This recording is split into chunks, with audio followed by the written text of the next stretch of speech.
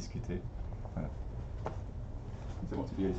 Eh ben, bonsoir à tous et merci à Octo du coup de m'avoir invité ici. Je viens d'une contrée très lointaine pour venir vous faire cette présentation. Je viens de Lyon, donc en France.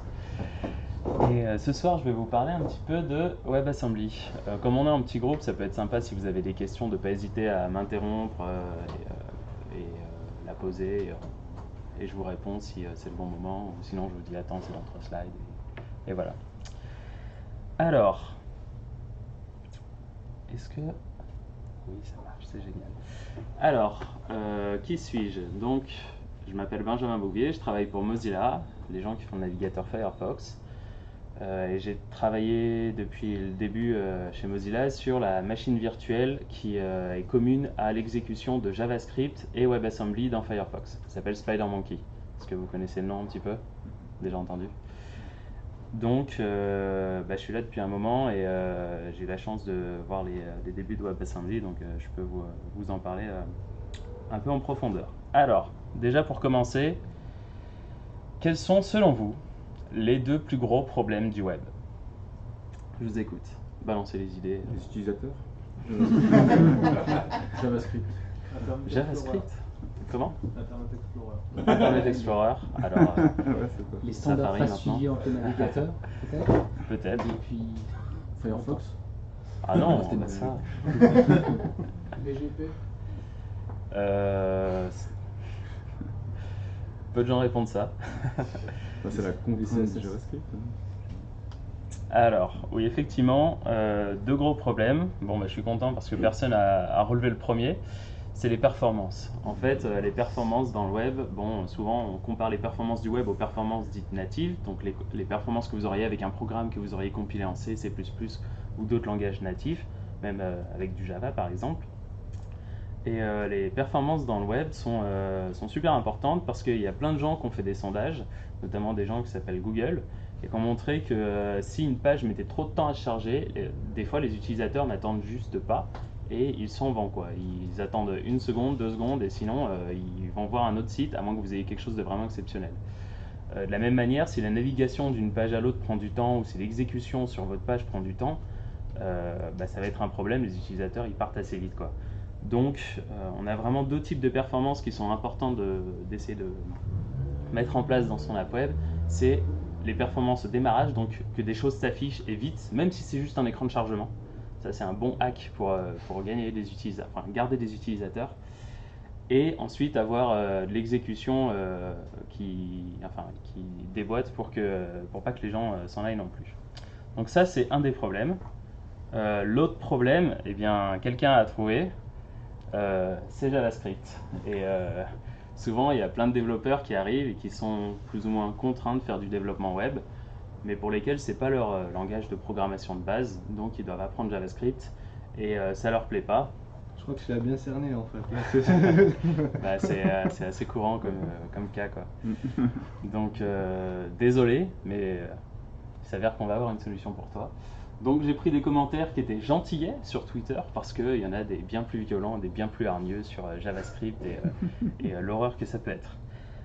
Et maintenant, si vous prenez à la fois les performances et à la fois JavaScript, comment on fait des performances en JavaScript? Alors, c'est un problème qui est complexe dû à la nature dynamique du langage et au fait que vraiment JavaScript c'est l'archétype du langage dynamique qui vous permet de faire plein de choses de manière géniale. Allez, petite question pour vous.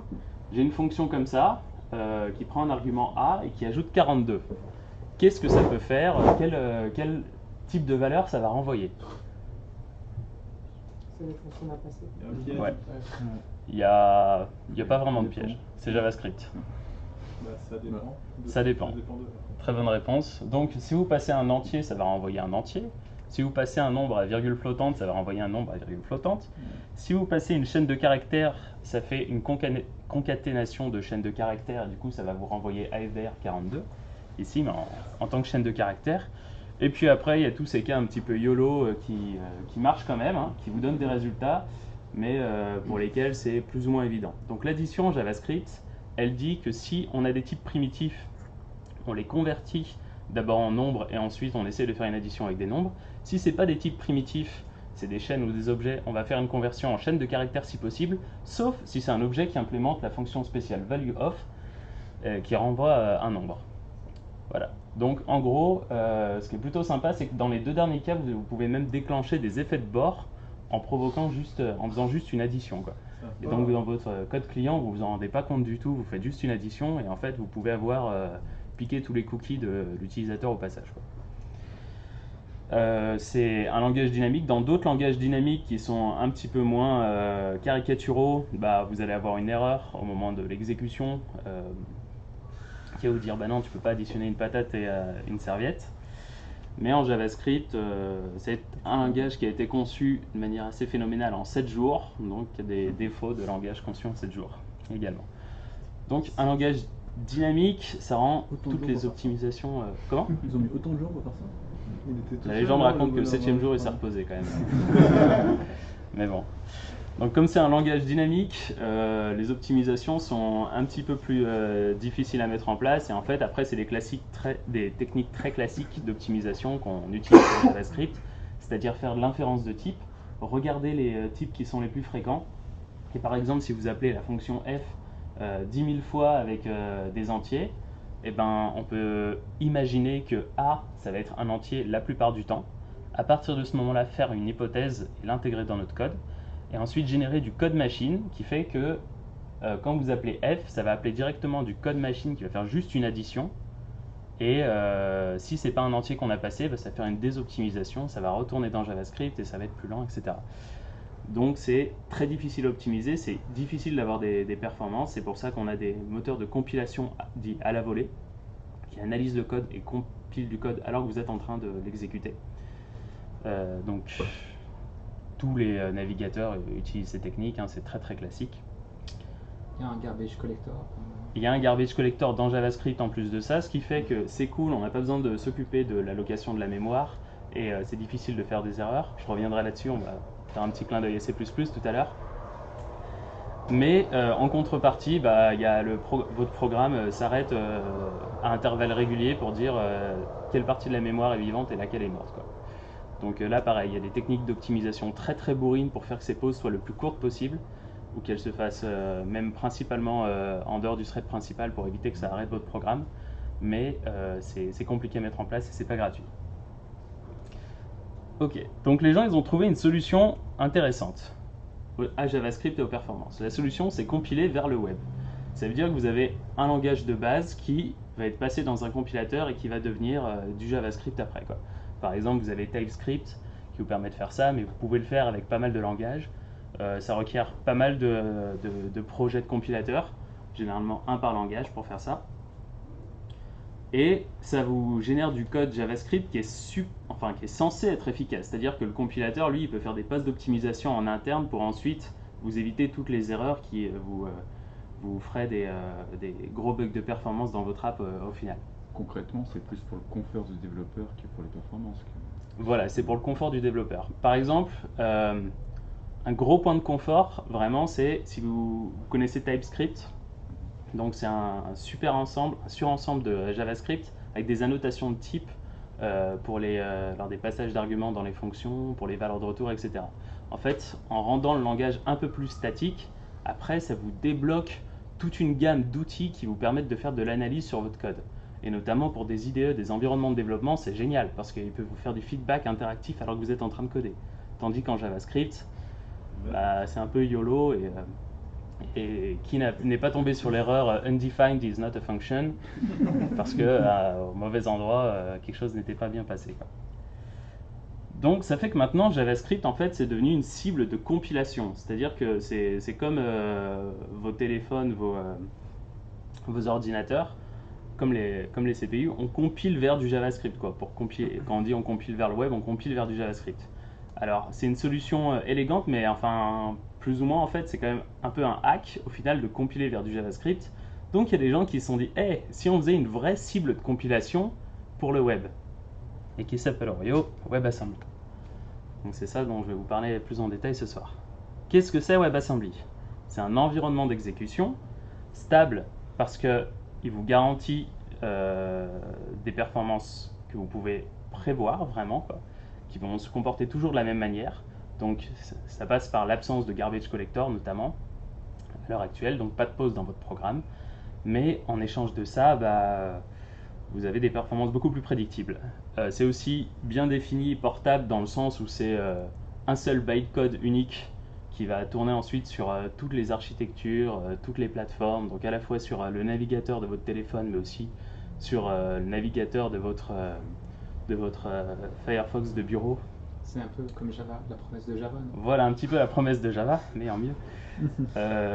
Bien défini, donc avec très peu de comportements qui sont indéfinis comme en C++, où vous pouvez à peu près la moitié des choses qu'on fait sont du comportement indéfini. Potentiellement les compilateurs pourraient faire n'importe quoi et effacer le contenu de votre disque dur parce que c'est pas dans la spec de C++, donc pourquoi pas. Donc là on essaie d'éviter ça au maximum. Sécurisé dans le sens où tout est sandboxé, tous les appels de fonctions sont vérifiés, on ne peut pas sauter dans n'importe quelle instruction de manière arbitraire, donc ça évite des types entiers d'exploits dans WebAssembly. Tous les accès mémoire sont sandboxés aussi, on ne peut pas aller en dehors de la mémoire qu'on a préallouée. Et rapide comme du natif. Alors notez bien que je ne dis pas aussi rapide que du natif, mais rapide comme du natif. Donc en fonction du benchmark, en fonction du navigateur que vous allez utiliser, en fonction du programme, du compilateur C natif que vous utilisez, on est entre 20% plus lent et après on peut aller autant plus lent qu'on veut pour certains programmes, mais on dit généralement pas plus que 3 fois plus lent. Et c'est vraiment les cas extrêmes. En plus de ça, c'est un standard créé en coopération par Apple, Google, Microsoft et Mozilla. C'est le cas d'à peu près tous les standards du web, mais ce qui est intéressant avec ce WebAssembly, c'est que dès le début, ça a été un standard fait par tout le monde.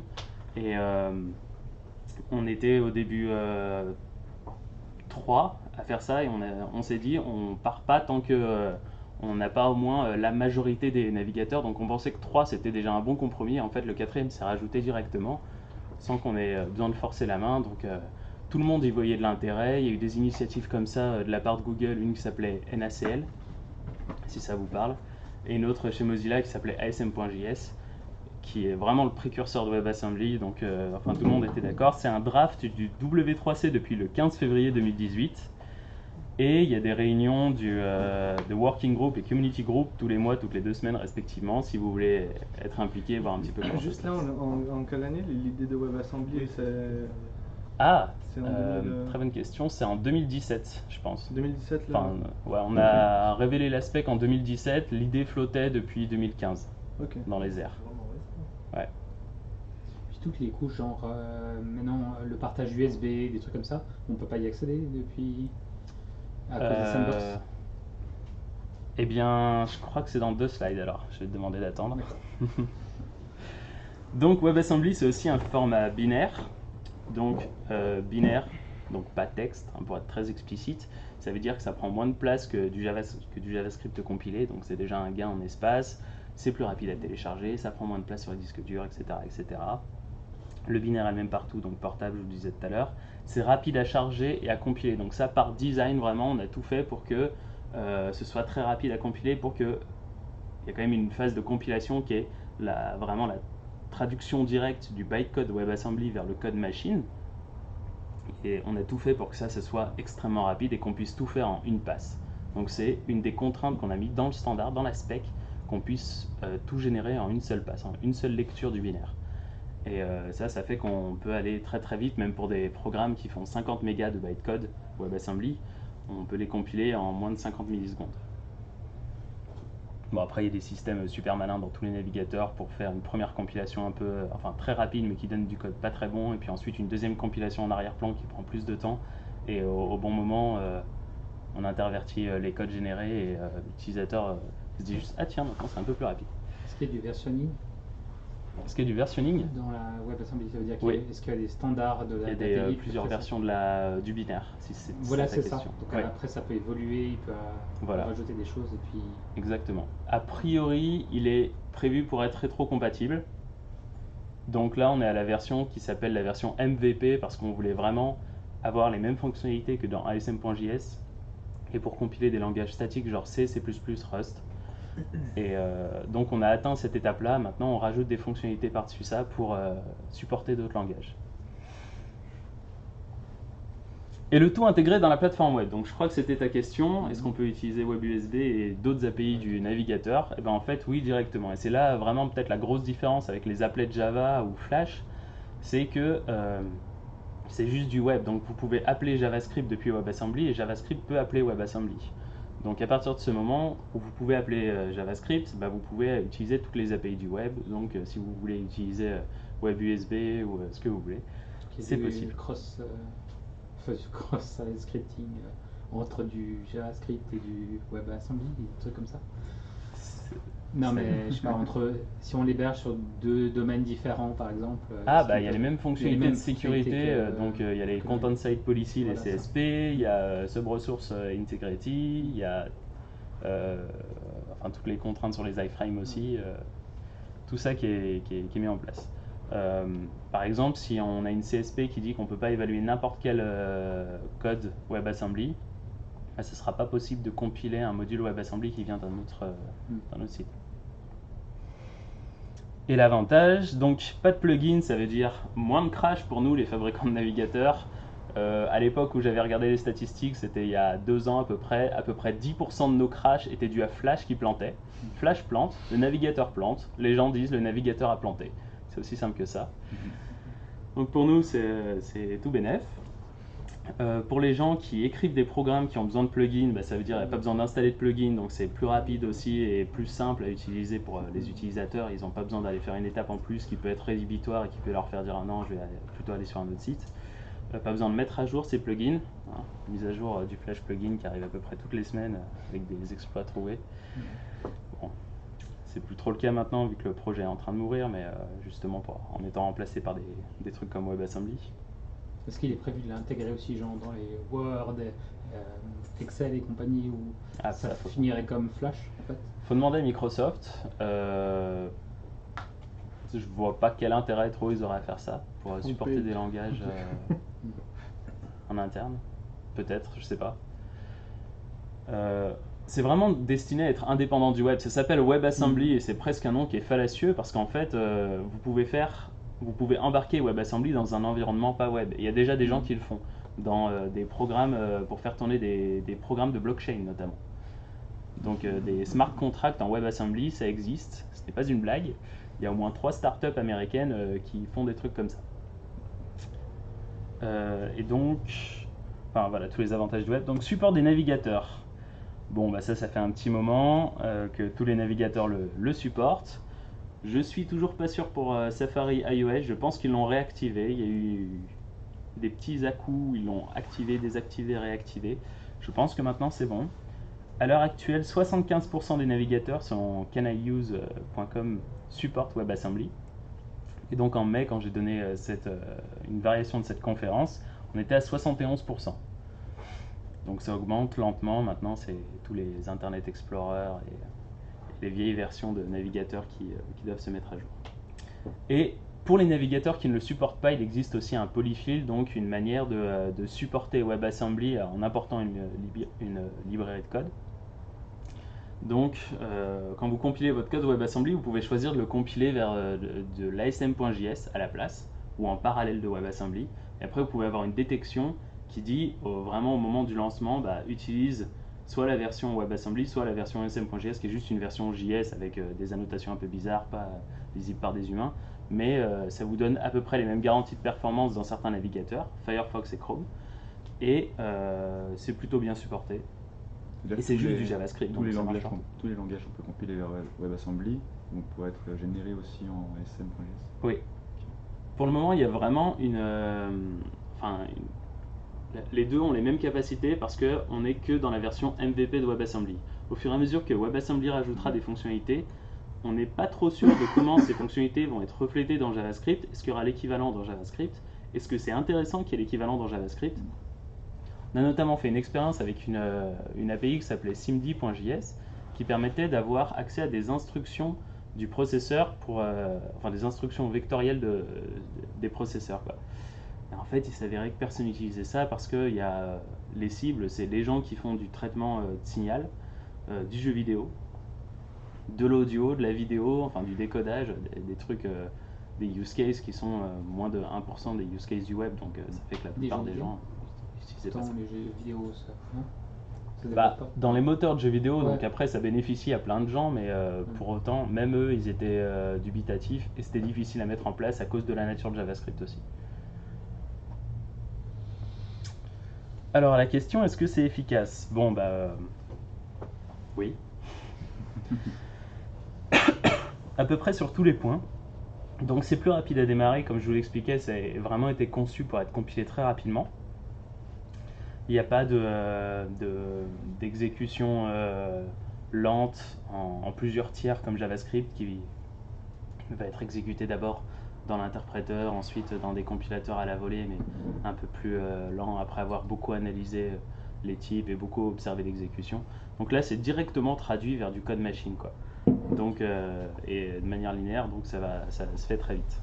Donc ça veut dire on peut profiter par exemple de la phase de transpilation, faire du TypeScript, générer du JS et ensuite le donner à WebAssembly pour vraiment avoir une chaîne, on va dire, agréable pour le développeur et performante pour l'utilisateur. Alors, dans ce que tu m'as dit, tu as dit générer du TypeScript vers du Non, JS, non, vers du WebAssembly. l'inverse, prendre du TypeScript, coder avec le typage, Ouais. générer les Node.js et ensuite l'envoyer au compilo de WebAssembly. On peut faire cette chaîne-là, quoi. Alors on peut pas envoyer du JS, enfin on peut pas compiler du JavaScript vers du WebAssembly. L'idée ce serait que TypeScript compilerait vers WebAssembly. Directement, sans passer par là. Ok, bah, voilà. ça marche. C'est déjà existant. C'est en projet. Il leur manque des fonctionnalités dans WebAssembly pour pouvoir faire ça, notamment le support des objets du GC. Parce qu'il y a beaucoup d'objets d'allocation dynamique, comme en JavaScript. Mais après, pour débugger, c'est pas moins efficace. Ah Slide suivant. Pour l'exécution, donc c'est un langage statique typé, il n'y a pas de GC, pas d'allocation mémoire, pas de pause dit au GC. Tous les opcodes WebAssembly ont une correspondance assez directe avec les instructions du CPU. Donc quand vous faites une instruction, c'est à peu près une instruction CPU, au maximum 5-6 quoi, mais ça va pas être beaucoup plus. 20% des performances natives dans les meilleurs cas, et ça arrête pas d'évoluer. Le truc c'est que on s'améliore sur les performances, mais les compilateurs C++ aussi. Donc à une période on était vraiment à 15% et puis Clang 7 est arrivé et boum, on revient un petit peu plus lent relativement quoi. Et de toute façon il manque des fonctionnalités pour être aussi rapide que les compilateurs natifs. Compact, bah ça je vous l'ai déjà dit. Mais c'est des instructions un peu comme de l'assembleur, assez basique, genre. Ah oui, déplacer. c'est additionne deux Voilà, entiers c'est de ça. 32 bits, additionne deux Le entiers de nom a du 64 bits. sens par rapport à l'implémentation. Ouais, voilà. Fait un appel de fonction indirect, enfin. Ouais. Je pourrais vous montrer tout à l'heure. Et donc c'est débuggable en plus de ça. Qu'est-ce que ça veut dire débuggable? C'est du binaire, mais il y a quand même une correspondance vers du texte qui est généré à la volée par les navigateurs ou les outils de debug. Et il y a plusieurs formats texte qui sont proposés. Il y en a un qui est totalement linéaire comme de l'assembleur, et il y en a un autre avec des S-expressions comme du Lisp. Et qui permet aussi de très bien débugger. Donc c'est toujours possible de débugger. En plus de ça, il y a aussi du support pour une fonctionnalité de navigateur qui s'appelle Source Maps. Donc ça, c'est à partir du moment où l'outil qui compile vers du WebAssembly le supporte, il est capable de générer des source maps qui sont en gros un mapping entre le langage source et le WebAssembly. Après le navigateur, il vous montre directement votre langage source. Et vous êtes en train de débugger du C++ ou du Rust ou du Java directement dans votre navigateur. Donc nous, les symboles, en fait, on compile sans les symboles, mais le mapping est fait par le navigateur une fois qu'on lui fournit les sources, c'est ça? Ouais, voilà. Une fois qu'on lui passe les source maps. Donc Est-ce que les sources sont toujours inclus ou pas forcément? Pas forcément. Non. Par défaut, je pense qu'elles ne sont pas incluses. Même. Du coup, pour revenir sur une question que tu as posée tout à l'heure, il y a peut-être une ambiguïté sur la notion de compilation. Alors, il y a deux compilations en fait qui arrivent avec WebAssembly. Et c'est ça qui fait que WebAssembly est aussi très rapide à s'exécuter. La première compilation, c'est du langage source vers WebAssembly. Ça se fait offline. Ça se fait pas sur le navigateur directement. Tu peux utiliser un compilateur pour faire ça. Et là, tu peux passer énormément de temps parce que tout le temps que tu passes à compiler vers du WebAssembly, après, c'est gagné par tous les gens qui vont l'utiliser. La deuxième compilation dont je parlais qui fait que c'est rapide à démarrer, c'est la compilation faite par le navigateur qui est en fait vraiment juste une traduction du bytecode WebAssembly vers le langage machine. Ce Donc, qui fait sens, parce que l'architecture du bonhomme, c'est lui qui l'a, c'est pas Exactement. pas fourni, ouais. Voilà, c'est comme ça qu'on arrive à être portable. Est-ce qu'il y a du prefetch de. Je sais pas. S'il y a par exemple une page qui est du WebAssembly mais on n'a pas cliqué quelque part, est-ce qu'il le télécharge avant pour essayer de le compiler avant qu'il soit cliqué, un truc du style? Une sorte de prefetch. C'est possible de le faire avec des API, mais de manière explicite. Il y a une API explicitement qui dit va me télécharger le binaire et compile-le en même temps. Et en fait, la vitesse de téléchargement est tellement plus lente que la vitesse de compilation qu'on est bloqué par la vitesse de téléchargement. On compile bien plus vite qu'on télécharge, donc ça fait que quand le téléchargement est fini, généralement, c'est prêt.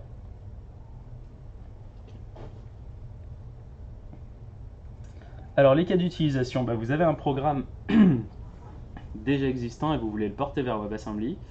On a porté des moteurs de jeu, écrits en C++ comme ça. Un moteur comme Unreal Engine, si ça vous parle. Des centaines de millions de lignes de code. À votre avis, combien de temps il faut pour porter un moteur de jeu vidéo comme ça? Quand on dit porter, c'est vraiment réécrire. Porter tout, ou compiler? Ça a été faire qui compile avec le compilateur spécial pour émettre de l'ASM.js à l'époque. Il utilise WebGL ou un truc comme ça après? Enfin, Ouais. Ok, donc là au moins la couche graphique ça va quoi. Ouais. 2 mois, 3 mois? En, 2 semaines. C'est moins d'un en an. heure, non? Le fameux 7 jours. Vu le sourire sur 3 jours. 3 jours. Café, Il aura fallu 3 jours. C'était plus rapide Donc, que faire le JavaScript. En gros, c'est rajouter des options de configuration dans le code existant en disant là, au lieu d'avoir une fonction main, on appelle une fonction qui va être la boucle d'événements du runtime, parce qu'il y a un petit peu de runtime en plus, et remplacer 2-3 trucs. Il y avait des bugs dans Firefox, il y avait des bugs dans l'outil de compilation, mais c'était la première grande démo qu'on a faite, quoi. Et il a fallu 3 jours, donc plutôt sympa quand même. Donc ça se fait bien. J'ai une question par rapport à la compilation à partir d'un langage qui aurait un GC. Ouais. Comment on fait ça? Comment on passe d'un langage qui a un GC à un langage qui en a pas? Je sais pas, peut-être c'est une question bête, mais Non, c'est une bonne question. Du coup, tu peux embarquer ton GC dans ton... tu peux compiler ton GC en fait vers WebAssembly. WebAssembly à l'heure actuelle, tu as un module, et ce module il peut déclarer une mémoire qui est un grand bloc de mémoire contiguë, linéaire, quoi. Enfin un très grand tableau, quoi, vraiment bêtement. Et c'est juste, tu dis, quand tu compiles ton GC, il y a une partie de ce bloc de mémoire qui va contenir tes objets. Mais c'est un peu dommage de faire ça parce qu'en fait le navigateur il a déjà un GC et qui est aussi bien optimisé. Est-ce qu'on peut signer des codes WebAssembly? Genre pour vérifier que l'auteur et que ça n'a pas été modifié en transit, même si HTTPS? Alors ça, il y a juste c'est pas spécifique à WebAssembly, il y a des mesures de sécurité dans la plateforme web directement pour faire ça, notamment Sub-Resource Integrity, qui calcule un hash de la ressource que tu es en train de charger. Et tu peux dire dans ta page client, ça doit correspondre à ce hash. Et si c'est pas ce hash, c'est que ça a été corrompu entre temps. C'est une espèce de signature. Ouais. Et ça, c'est pas spécifique à WebAssembly, tu peux le faire pour des images, des scripts de JS aussi. Dans les autres cas d'utilisation, porter des libs. Vous avez une lib dans un langage existant, vous aimeriez bien l'utiliser pour le web. Boum, vous compilez cette lib, vous pouvez l'utiliser. L'utiliser dans des libs déjà existantes dans le web. Donc là, les annonces qui ont été faites récemment. Au cours de la dernière année, c'est React qui ont dit qu'ils allaient utiliser réécrire une partie de leur code dans un langage natif pour ensuite pouvoir la réutiliser pour leur algorithme de diff d'homme virtuel. Donc pour qu'il soit écrit en WebAssembly, et comme ça ira beaucoup plus vite, vu que c'est vraiment juste du traitement pur. Ember aussi, ils ont fait une annonce, eux ils écrivent une micro VM embarquée dans Ember, pour aussi pareil faire du virtual DOM et recalculer leur template aussi, si j'ai bien suivi. Elle s'appelle Glimmer, et elle est écrite en Rust et compilée vers WebAssembly. Et le dernier cas d'utilisation qui est le plus intéressant aujourd'hui, c'est dans des applications web. Donc faire une application web à partir de rien dans un autre langage que JS, ou bien porter des parties qui sont critiques pour la performance vers du WebAssembly pour avoir des gains de performance faciles. Donc, l'optimisation prématurée est la source de tous les maux. vous le savez très bien. Ouais, c'est Knuck, comment il s'appelle? Donald Knuth, Ouais, exactement. Knuth, un grand auteur d'algorithmes qui a inventé pas mal d'algorithmes qu'on utilise. Même la notation Big O, je crois que c'est lui. Ouais, enfin, un grand génie de l'algorithmique. Et donc, en gros, si vous avez une app web et qu'elle vous paraît lente, la première chose à faire, c'est ouvrir un profiler. Vous en avez dans votre navigateur, vous pouvez regarder ce qui est lent et ensuite pointer du doigt et dire c'est ça qui est lent, c'est ça qu'il faut optimiser. C'est comme ça qu'on optimise les choses. Donc, si vous avez une problématique vraiment spécifique de performance comme ça dans une app web, vous pouvez réécrire juste la toute petite partie qui est vraiment très lente vers WebAssembly et vous gagnerez, a priori, vous avez des gains possibles très faciles comme ça. Et ensuite, vous recommencez jusqu'à ce que votre app elle soit assez rapide pour vous. Donc ça, on en parlait tout à l'heure. Profitez d'autres langages et de leurs environnements. Vous avez un langage qui est statique et vous avez donc des outils qui marchent super bien avec, des IDE, vous avez des habitudes. Généralement, quand on est développeur, on connaît un certain nombre de langages et puis on rechigne à en apprendre des tonnes de nouveaux. Donc c'est toujours sympa un peu de rester aussi dans sa zone de confort des fois. Si vous êtes product owner ou des trucs comme ça fait que vous avez moins de personnes à embaucher avec des compétences spécifiques. Encore qu'il faut toujours s'y connaître un peu en web, mais tout le monde s'y connaît en web maintenant. Donc ça va. Vous pouvez avoir des paradigmes différents dans les autres langages, plein de trucs chouettes, quoi. Si je veux améliorer ma web app, qui est en JS en principe, Ouais. je vais partir sur. Enfin, quel langage tu recommanderais? Rust. Rust. Ouais. Mais C'est biaisé, mais j'ai des bonnes raisons. Ou Même quand on C, utilise- hein, C++, mais c'est moins fun, quoi. Même quand on travaille sur un graphe. Ouais. Ouais. Et donc, tout en profitant de la plateforme web, on a parlé de la sécurité, on a parlé de l'intégration, Source Maps, Debugger Profiler. Le web, c'est aussi sympa parce que c'est facile à distribuer. Vous n'avez pas besoin de passer par des App Store. Quand vous faites une mise à jour, vous n'avez pas besoin de passer par des App Store. C'est facile à déployer, facile de faire du A/B testing, des trucs comme ça, donc c'est aussi toujours assez sympa. Ah, du coup, j'y pense. Ouais. Les WebAssembly, c'est supporté dans les WebView ou pas? Oui. Enfin, je te dis pas de bêtises, mais après, alors, si tu parles d'Android en particulier, j'imagine. Non, rien en particulier. Je me demandais juste. Donc sur les WebView, c'est plutôt des concepts sur mobile, non? Oui, Enfin, mais ça marche bien aussi. Mais sur iOS, de toute façon, c'est le moteur de Safari qui tourne dans toutes les WebView. Donc lui, il supporte WebAssembly, donc c'est bon. Sur Android, Google s'amuse à désactiver des fonctionnalités dans les WebView pour forcer à utiliser Chrome. Donc, je suis pas sûr. Sinon, vous pouvez utiliser GeckoView, qui est une WebView qui utilise le moteur Gecko, donc qui est le moteur dans Firefox. Et là, vous êtes sûr de pouvoir avoir WebAssembly comme ça.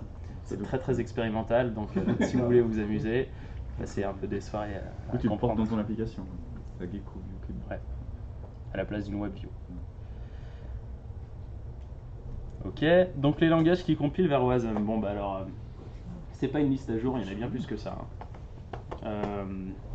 Donc ça a commencé avec C et C++ et le compilateur qui s'appelle Mscripton, qui était vraiment un compilateur qui se basait sur LLVM. Le code C allait dans l'LVM et l'LVM renvoyait une espèce de bytecode à l'LVM et on traduisait ça vers du JavaScript, asm.js. Et maintenant, ça traduit ça vers de WebAssembly. Et en fait, LLVM, c'est le faire tout seul maintenant. Vous pouvez lui dire, quand vous compilez, --target, pour dire la cible de compilation, wasm32 unknown, et ça va compiler directement un fichier wasm. Donc même plus besoin d'Mscripton. Sherpy, c'est un projet intéressant qui a compilé vers du JS au début, mais du JS normal entre guillemets, et maintenant vers du WebAssembly. On en reparlera un petit peu tout à l'heure. Si vous aimez .NET, C#, Basic, tout ça, faites-vous plaisir, ça commence à venir aussi. Voilà, donc un petit peu tous les langages. Il y a Faust qui est marrant dans le lot aussi, c'est un langage. Est-ce que quelqu'un connaît Faust? Le langage, oui. Le langage, Non, Faust. j'ai jamais entendu. D'accord. Je pense qu'il y a 5 personnes qui utilisent ce langage dans ce monde. Il n'existe pas en fait. C'est un langage de programmation qui permet de programmer des instruments de musique. Et donc il simule les formes d'ondes et les choses comme ça. Donc c'est énormément de calculs mathématiques. Donc eux compilés vers du WASM, ça a été la panacée, quoi. Vraiment, ils ont vu des gains de performance énormes et c'est super cool pour eux. Et du coup, ça fait des sons d'instruments qui sont directement générés dans le navigateur. Plutôt stylé. Et la JVM et Kotlin, on reviendra un petit peu dessus tout à l'heure. Donc Kotlin, ils ont vraiment une Kotlin native qui permet de compiler du Kotlin vers du WebAssembly directement sans passer par des trucs génériques pour la JVM que je vais vous présenter un peu plus tard. Mais là, tous ces langages, ils ont bien des GC en fait. Autant Go que la JVM et Kotlin. Ouais, donc pour le moment, ils embarquent le GC. Ok. Ou bien Kotlin ils font des native, je techniques suis pas d'analyse. certain. D'accord. Kotlin native, je suis pas certain qu'il y ait du GC. Ouais.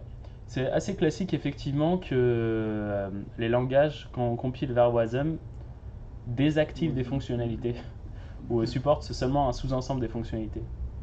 Donc c'est pas impossible que, par exemple, toute la programmation orientée objet soit évitée dans Kotlin native. Non, mais en fait, c'est pas le langage qui est un GC, hein, c'est la plateforme qui le supporte. Donc Kotlin native, comme c'est natif, je suis loin d'être sûr que c'est un GC. Bah, pourrait y avoir un peu de runtime, parce que même quand on fait du C ou du C++, on a quand même la libc qui agit en tant que runtime quoi.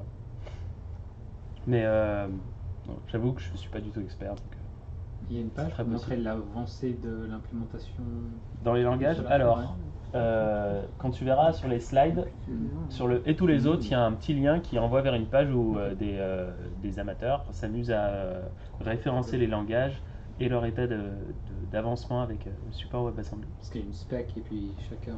Bah après, chacun essaye de faire. Hein, donc, il y a beaucoup d'outils concurrents qui se développent en même temps. Et tout. Rust, il est au slide suivant. Rust, il est là. Rust, mais qu'est-ce que c'est que Rust? Alors Rust, c'est un langage bas niveau, système, un petit peu comme du C++, mais avec une expressivité haut niveau. Donc l'objectif, c'est d'être un langage très rapide, donc c'est compilé vers du natif, langage statique, typé, etc. Enfin, fortement typé. Et donc, vraiment, l'idée, c'est de faire de la concurrence à C++. À la base, c'était une initiative de Mozilla pour une expérimentation dans un moteur de rendu, donc vraiment la base du navigateur, qui s'appelait Servo, qui était une expérimentation pour essayer de rajouter énormément de parallélisme dans les moteurs de rendu des navigateurs. Et en fait, ça a complètement dépassé Mozilla. Maintenant, à la fois le langage Rust et son utilisation. Donc maintenant, c'est utilisé par Dropbox, CoreOS, Coursera, OVH, NPM, et donc Glimmer VM dans Ember. Je vais vous en parler parce que c'est un langage qui est vraiment bien supporté pour être compilé vers du WebAssembly, mais tous les mêmes concepts peuvent s'appliquer à tous les langages, dont la JVM. Donc c'est plutôt cool. Sa particularité, c'est que il est connu pour être un peu plus difficile à écrire et à compiler. Et pour les débutants, il y a quand même une sacrée marche, quoi. On va pas se mentir, c'est vraiment plus compliqué d'apprendre Rust parce que le compilateur vous empêche de faire des erreurs et il le détecte au moment de la compilation. Alors, c'est le rôle du compilo, non? Ça me fait plaisir que tu dises ça. Donc C++, on voit pas, mais à côté de l'emoji pistolet, il y a un emoji pied. C'était pour symboliser l'expression se tirer une balle dans le pied. Donc comment on peut se tirer une balle dans le pied en C++ et les compilateurs nous laissent faire avec très grand plaisir. On appelle une fonction qui définit un pointeur vers un objet temporaire et ensuite, en dehors de cette fonction, on essaye de réutiliser les données de l'objet temporaire. Qu'est-ce qui se passe? Est-ce que ça compile? Qu'est-ce que ça affiche comme résultat si ça compile? Qu'est-ce qui se passe si ça compile? Ça fait un warning et ça fait une exception à l'exécution. On aimerait bien. Hein. Non, ça c'est typiquement du comportement indéfini en fait, en C++. Du coup, il se passe ce que le compilateur a décidé ce qui se passe. Donc moi j'ai essayé avec plusieurs compilateurs et plusieurs niveaux de compilation. Premier compilateur G++, il fait exactement ce que je veux. C'est-à-dire qu'il a pu lire la donnée que je voulais, 42, qui était la bonne donnée, et il me l'affiche. Il n'y a pas de problème. Il le compile et il l'exécute sans problème, en mode aucune optimisation. Si je rajoute des optimisations, -O3, niveau d'optimisation le plus élevé, là il me met 0. Et je peux le relancer autant de fois que je le veux, il me mettra toujours 0. Si j'essaye avec Clang, et le niveau d'optimisation O3, là, il met ce qui semble être les 32 bits du bas d'un pointeur, donc la valeur change à chaque exécution du programme. Aucun des trois n'a le bon goût de planter ou de m'envoyer une exception.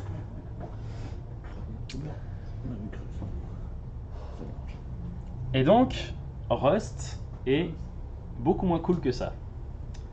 Parce que Rust, là j'ai pris un exemple encore plus trivial, qui est vraiment, je fais un bloc temporaire dans lequel je définis une variable, j'essaye de prendre une référence sur cette variable et de réutiliser cette référence c'est comme un pointeur, en dehors. Est-ce que la syntaxe, c'est assez compréhensible comme ça? Ou s'il y a besoin d'explication, aucun souci. Hein. C'est un langage qui est cool aussi pour ça, parce que genre, c'est pas cryptique comme du Haskell quand on connaît rien et qu'on le voit pour la première fois. Genre on peut à peu près comprendre ce qui se passe. Donc si vous faites ça, et vous essayez de le compiler avec le compilateur de Rust qui s'appelle RustC, eh ben il va vous crier dessus. Il va vous dire, Y ne vit pas assez longtemps. Tu as pris une référence à Y dans le bloc temporaire, Y n'existe plus à cette ligne, et Y est censé exister jusque-là. Enfin, jusque-là. Donc c'est cette notion de lifetime, je ne sais pas trop comment on pourrait dire en français, durée de vie, qui est vraiment très importante dans Rust et qui est plus compliquée parce qu'on n'est pas habitué en fait à réfléchir avec ça. Donc imaginez que j'ai une structure de données qui contient une chaîne de caractères et que je veux juste extraire la chaîne de caractères de la donnée, quoi. Bah, dans ma fonction qui va juste me lire le nom, je passe ma donnée et je renvoie la chaîne de caractères. Et ce que je dis, c'est que la valeur envoyée à un lifetime, c'est cette petite annotation ici, qui ne peut pas dépasser le lifetime de la donnée en entrée. Donc ça ne peut pas vivre plus longtemps que ça. Ça ne peut pas vivre plus longtemps que ça. Et grâce à ça, le compilateur est capable de me dire « Ah oui, c'est cohérent ». Et ensuite, il peut lancer des analyses suivantes et vérifier que je ne fais pas n'importe quoi quand j'utilise cette fonction. Tout ce qui est entre simple quote et avec des espaces et tout, c'est juste un label ou bien... C'est un texte ou c'est quoi ça? Juste ça? Ouais, Non, tout ça, toute la string. Alors c'est pas une chaîne en fait, c'est juste quand tu mets une référence, après tu peux mettre quote et un nom qui est le nom de la durée de vie, le nom du lifetime. Donc il faut juste le prendre comme ça. C'est un label. Ouais, voilà. C'est un label pour ta référence. Pour dire cette référence, elle a un lifetime qui s'appelle comme ça. Une durée de vie qui s'appelle comme ça. Qui va jusqu'à la fin du simple quote, du début à la fin? Non, c'est vraiment juste un token là. quoi. D'accord, ouais. Ok. Et c'est un label, tu peux mettre ce que tu veux ici. J'aurais pu l'appeler data empruntée. Et ici, on aurait vu data empruntée aussi. Parce qu'après la flèche, c'est ce qui est retourné. Ouais. Ouais, écoute. Mais c'est vrai que c'est un petit peu déroutant. Du coup, dans un grand projet comme ça, si chacun surcharge la durée de vie des variables, mettons pour diverses raisons, pour la sécurité ou autre, pour des performances, on s'en sort quand même. Toute l'équipe, je veux dire, arrive à lire. Ouais. En fait, c'est même de la documentation intégrée directement dans le code, en quelque sorte. Parce que ça te dit que, tu vois, genre si tu vois juste les signatures et tu vois pas le corps de la fonction, comme ça, et ben tu sais que la valeur renvoyée, elle a un lien avec la valeur que tu as mis en entrée. Et tu sais que elle peut pas vivre plus longtemps. Donc ça te rajoute aussi de l'information en tant que développeur, en plus d'en rajouter au compilateur. Donc c'est assez utile. Ouais. En fait, c'est comme rajouter une information de type plus complète, si vous voulez. C'est vraiment un type, le lifetime. Mais donc c'est obligé, parce que je vois pas de classe. Quoi, c'est des fonctions? Alors, oui, bah, tu as une espèce de classe ici. En Rust, on sépare les données des implémentations des fonctions. Donc struct, ça te permet de mettre les données de ta classe, si tu veux. Il n'y a pas d'héritage, par contre. C'est pas où là? C'est pas il n'y a pas de classe, donc. Non. Le concept de classe, c'est faut localiser le comportement et voilà. et les méthodes. C'est bon pour celui-là, cet exemple? Ça, c'est dans un fichier top level ou alors ça, c'est juste un extrait? Ah, c'est juste un extrait. Ok. Mais ça changerait pas grand-chose. La composition en Rust, comment ça se passe? Enfin, si on compose, ils doivent tous avoir la même signature. Je sais pas s'il y a de la composition. C'est-à-dire de fonction? Oui. Enfin, la composition, genre comme en Go, enfin s'il n'y a pas d'héritage. Ah, du duct typing. Ah, tu as des generics. Non, oui. en Go, tu as la possibilité en fait de définir des structures aussi qui ont la même signature, et enfin avec des fonctions qui ont la même signature, et si c'est des fonctions qui ont la même signature, magiquement, Go en fait un surtype, sauf que c'est jamais explicite en fait. D'accord, bah là c'est explicite. Donc Okay. tu peux le faire de deux manières, soit tu utilises des generics et tu dis j'utilise à la place de ce type là, je vais utiliser un type T pour tout T, Et après, tu peux rajouter des contraintes sur ton type générique. Dire T doit supporter l'opérateur addition d'une manière ou d'une autre, doit supporter l'affichage dans des prints, des choses comme ça. Donc c'est une manière de le faire. L'autre manière de le faire, c'est définir l'équivalent d'interface, qui s'appelle les traits, et de dire c'est quelque chose qui implémente telle fonction, telle fonction, telle fonction. Donc vraiment une interface avec juste des fonctions pures, on ne parle pas du tout des données. Et quand est-ce qu'il faut utiliser l'un ou l'autre? Là après c'est avec la pratique de Rust que ça vient. Les génériques c'est vraiment, ça copie-colle le code généré, donc ça fait des binaires plus gros mais c'est aussi plus rapide. L'utilisation de traits, a priori ça va être une seule fonction, mais du coup on va passer des fat pointers, des gros pointeurs qui contiennent à la fois un pointeur vers la V-table des fonctions et l'objet en question, donc ça peut être un peu plus gros et un peu plus long. Mais donc il y a un garbage collector? Il n'y a pas de garbage collector. Alors comment ça marche pour l'assignation des... Comment? Je pense que la durée de vie des LT est morte, il démonte. D'accord. Voilà. Dès que quelque chose n'est plus dans le scope, ça meurt. C'est détruit. En langage Rust, on dit drop. C'est ce qu'ils mettaient dans l'erreur de tout à l'heure, je pense. Y drop.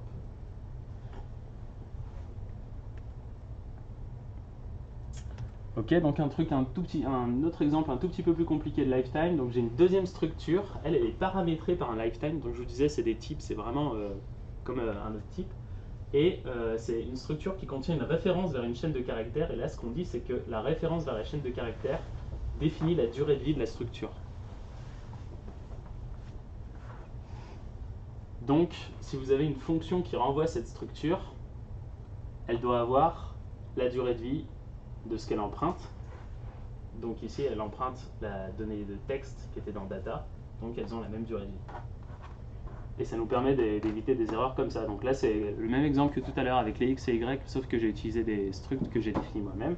En gros, vous faites une référence quelque part, vous essayez d'emprunter une donnée qui meurt, le compilateur va vous dire « Non, tu n'as pas le droit, tu la réutilises ici ».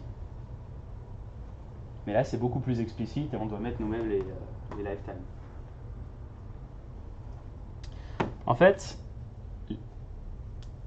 un point de vue que j'ai trouvé intéressant, qui est dans le Rust Programming Book, c'est de dire que les paradigmes de gestion de mémoire dans les langages, c'est soit on a une gestion de la mémoire qui est manuelle avec des pointeurs, de l'allocation à la main, etc.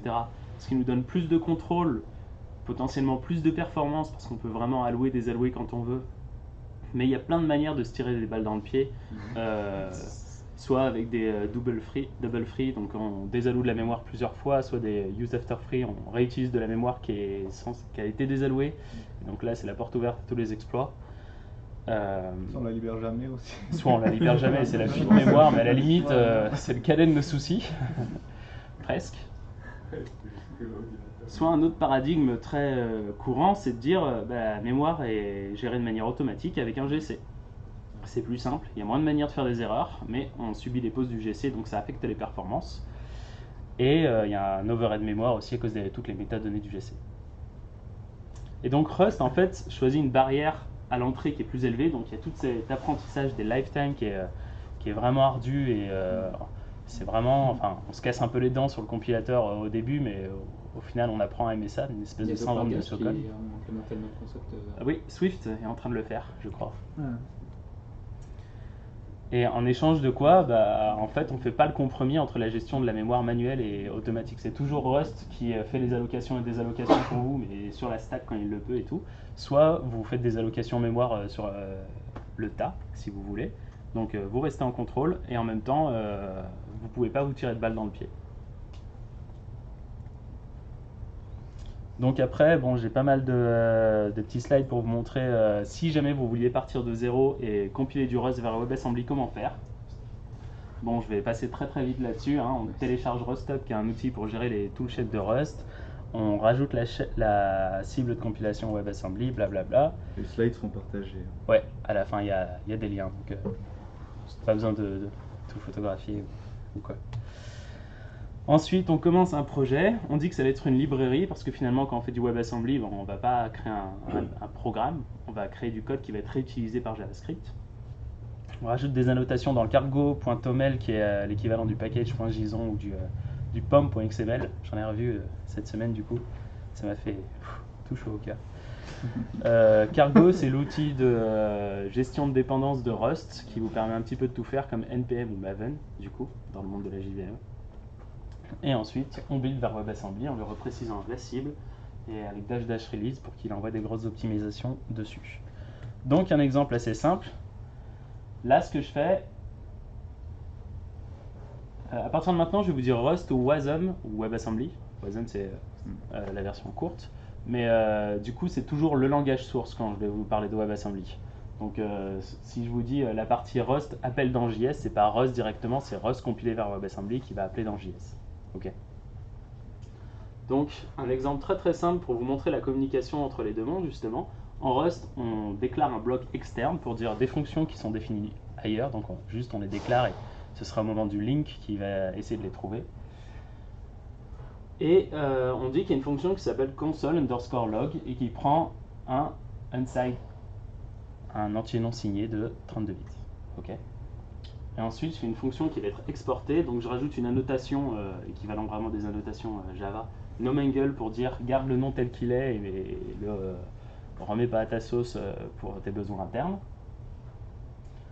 Une fonction publique externe pour qu'elle soit visible depuis l'extérieur, qui prend un entier et renvoie ce même entier plus 1. Là, il y a un truc intéressant, il y a un bloc de code unsafe. Donc Rust vous permet de faire du code dit safe, c'est-à-dire qu'il va lancer toutes ces analyses. Mais vous pouvez déclarer de manière explicite que vous désiriez que ce ne soit pas le cas. Vous pouvez dire, dans ce bloc de code, je ne veux pas que des vérifications soient faites. Et ça arrive typiquement quand on va appeler dans des fonctions qui sont importées depuis l'extérieur, du C par exemple. Parce que vous pouvez appeler du C depuis Rust dans des programmes natifs, et vu que le C peut faire n'importe quoi, le compilateur de toute façon il ne peut pas vous dire là je peux t'assurer que tout va bien se passer parce que ce n'est pas le cas. Ce serait mentir. Donc il faut que vous disiez explicitement à ce moment-là, ça c'est du code pas safe. Et là on appelle dans JavaScript, donc JavaScript joue le rôle de C en quelque sorte, et est considéré comme du code pas safe. Donc on va essayer de loguer le nombre et ensuite juste renvoyer le nombre plus 1. Côté JavaScript, ça va ressembler à ça. Vous utilisez les API modernes du web, vous utilisez fetch pour aller chercher le binaire. C'est un truc important qui n'est pas encore implémenté de partout, il faut que le MIME_type soit défini à application/wasm pour que ça marche. Avec cet exemple en particulier, c'est pas nécessaire dans tous les cas, mais pour cet exemple en particulier, vu que j'utilise des API récentes, c'est nécessaire. Et ensuite, on instancie en streamant. Donc là, il va télécharger, au fur et à mesure qu'il télécharge, il va compiler. Ce qui s'appelle l'instanciation des modules WebAssembly, c'est une étape de link où justement on va lui passer les fonctions qui lui manquent, les fonctions qu'on a dit qu'on allait importer, les fonctions définies ailleurs. Là, la fonction qu'on a définie ailleurs, c'est console_log, donc on lui passe, et à partir de là, on peut l'utiliser et appeler la fonction en question. Il fait du pipelining, il les télécharge en parallèle s'il y en a plusieurs. Bien. Ça va dépendre comment tu as écrit ton code pour les récupérer. Si tu fais promise.all, tu peux faire du pipelining. Tu peux remettre la slide précédente s'il te plaît ? Ouais. Ouais. Et d'abord il log et après il instancie. Il ajoute. Après il ajoute. Il retourne. Ok, donc ça veut dire que ton commentaire il est pas correct. Si. Quel commentaire? Ah, le slash. Ouais. Ah oui, mais Ouais, c'est parce que 41, non c'est ce que t'affiches l'alerte. Non, si il tu va veux, afficher mais, 40, enfin il va faire deux choses. mais il va faire deux choses. ouais, oui. 41 et puis Ouais. afficher 42. Ouais, donc ça dépend ce que veut dire le double slash. Oui, effectivement, c'est un bon point. Je modifierai mon exemple pour que ce soit plus, enfin qu'il n'y ait pas de doute. Juste, j'ai une question Ouais. concernant le linking, si on revient sur le slide d'avant. Ouais. Là, on est en train de dire, ouais, à un moment donné, dans une table, tu vas avoir une console.log, mais à quel moment tu la binds avec celle du navigateur, en fait? Juste après. Juste après, ici. C'est donc dans Instantiated Ok. Streaming, tu lui passes la réponse qui va être le contenu du binaire en cours de téléchargement, et ensuite un objet qui contient les imports, et dans ces imports, D'accord. tu lui passes les fonctions. Donc en fait, là, c'est ta table d'objets sur laquelle tu peux linker sur Rust, quoi. Ouais. Là, non. Ok. Il n'a pas une barre J'ai défaut, encore hein. une question, désolé. Ouais. Je suis désolé, je suis vraiment une quiche sur Pas de souci. JavaScript. Hein. Le let instance, c'est quoi ce construct? Alors, c'est un raccourci pour faire la même chose, instance égale machin. Et ça, c'est encore un raccourci pour faire. Ça renvoie un objet qui Ouais. contient une instance et le module. Le module ne nous sert pas pour l'exemple. Et ça va lire l'attribut instance directement et le mettre dans cette variable qui s'appelle instance. Ok. Donc ça déconstruit en fait l'objet. C'est ça la déconstruction. Ok. Destructuring assignment. Ok. Voilà. Je connaissais pas. Dans les versions modernes de JavaScript, on peut absolument tout faire, tous les paradigmes, toutes les fonctionnalités. Le lien avec le DOM se fait aussi à travers ce genre de... Voilà, ouais. ça. Donc le lien avec le DOM se fait effectivement en passant par JavaScript. Donc ça fait partie des fonctionnalités futures, faire que, au lieu que quand WebAssembly a besoin d'appeler dans le DOM, ils rebondissent par JavaScript d'abord, faire que WebAssembly puisse appeler directement dans le DOM. Et donc le fichier WebAssembly, il est au même chemin, quoi, dans le même dossier que le JavaScript. Ouais. Dans ce cas-là, oui, mais après tu peux le mettre à n'importe Voilà, quel oui, URL ici, quoi. Et dans l'objet qui est passé, il y a env avec la fonction JavaScript. Est-ce qu'il y a d'autres clés à part env Oui, d'autres là. choses qui Alors, peuvent passer ça c'est une convention du compilateur que j'ai utilisé. J'ai utilisé Clang, donc LLVM, qui définit que les imports qui manquent à Rust, il les met dans... non, c'est Rust qui le fait par défaut, pardon. Donc c'est avec ma commande précédente pour compiler qui était ici. Donc ça lance Rust, le compilateur de Rust, et il dit par défaut, quand on compile vers du WASM32, ça va dans la clé env. Mais en fait, tu peux en faire autant que tu veux. Et tu peux définir ce que c'est aussi. Je voudrais juste vous montrer que je fais pas de l'arnaque. Épreuve. Alors, c'est par ici, hop. C'est Firefox, oui. Hop, clic. Et c'est tellement... La résolution est tellement grosse. Des zooms. Hop, voilà. Ouais, puis il y a 42 et il l'a bien mis ici. Donc là vous pouvez vous dire mais Benjamin t'as juste fait un truc en JavaScript, tu me prends pour les cons. Et vous auriez raison. Alors on va regarder un peu les sources. Est-ce que vous voyez Wasm quelque part? Hop. Vous voyez là c'est le débugger, il dit rafraîchissez pour débugger ce module. Parce que quand on compile par défaut dans Firefox pour avoir les meilleures performances, on n'active pas le debug. Hop, voilà. Et cette fond là. Donc ça c'est la représentation textuelle dont je vous parlais tout à l'heure. Je vous disais, on peut générer une représentation textuelle à partir du module. Donc c'est comme de l'assembleur, donc c'est le même niveau de compréhension. Par contre, c'est des parenthèses. Et là c'est avec les parenthèses, donc c'est mi-Lisp, mi-assembleur je crois cette représentation. C'est mi-demi. Donc ça, ce qui est intéressant là, il y a cette fonction qu'on importe, console log. On dit qu'on la prend dans ce qui s'appelle le namespace env, et ensuite qu'on cherche le nom console log, et on a défini statiquement quelle était sa signature, donc on la retrouve ici. Et un peu plus bas, on peut voir notre fonction aussi. Hop, add one. Et là, vous avez directement les opcodes WebAssembly qui s'affichent. Donc get local, c'est un opcode qui va juste récupérer var0. Var0, c'est le premier argument qu'on lui a passé. On appelle console log. Console log, dans sa signature, il avait un argument. Donc c'est une stack machine, hein, comme la JVM. Donc on récupère l'argument, on appelle la fonction, on n'a plus rien sur notre stack. Ensuite, on récupère notre argument, on met 1 sur notre stack, on additionne les deux, ça produit un dernier nombre, c'est le résultat. Et donc ça, on pourrait le mettre dans un fichier et le compiler. Ouais, il y a plein d'outils pour faire ça. Si tu veux t'amuser à l'écrire comme ça au format texte, il y a des gens qui commencent à faire des petits concours de hack directement en s'en. Donc le WebAssembly Text, ou WAT pour les intimes, hein, forcément. Puis la gestion de la mémoire, juste une information là, quand on a memory 11, c'est qu'au début du programme, on doit dire quelle taille il est bandé, ou bien on peut faire plusieurs rappels de memory au fur et à mesure. Alors c'est le bloc de mémoire, tu dis une taille, la taille initiale qui est en page mémoire, les pages de 4K ou 2 MB, ça dépend. 4K, ouais je crois, ou 16K, je suis pas sûr. Et en fait tu peux aussi définir une taille maximum, et si tu définis une taille maximum, après tu as un opcode spécial qui te permet de grandir ta mémoire. Okay, jusqu'à atteindre la taille maximum. Donc on est revenu à l'époque de macOS, au démarrage du programme, on doit savoir jusqu'où il faut s'arrêter, quoi. Voilà, c'est ça. Bah après, On n'a pas plus de mémoire que Ouais, que ce qui est sur la machine, quoi. Hein. Mais tu peux mettre des nombres très très élevés. Hein. Ok. Tu peux aller jusqu'à 4 gigas. Du coup, Tout ce qui est adressable en 32 bits. comment on utilise le map source là, avec ça?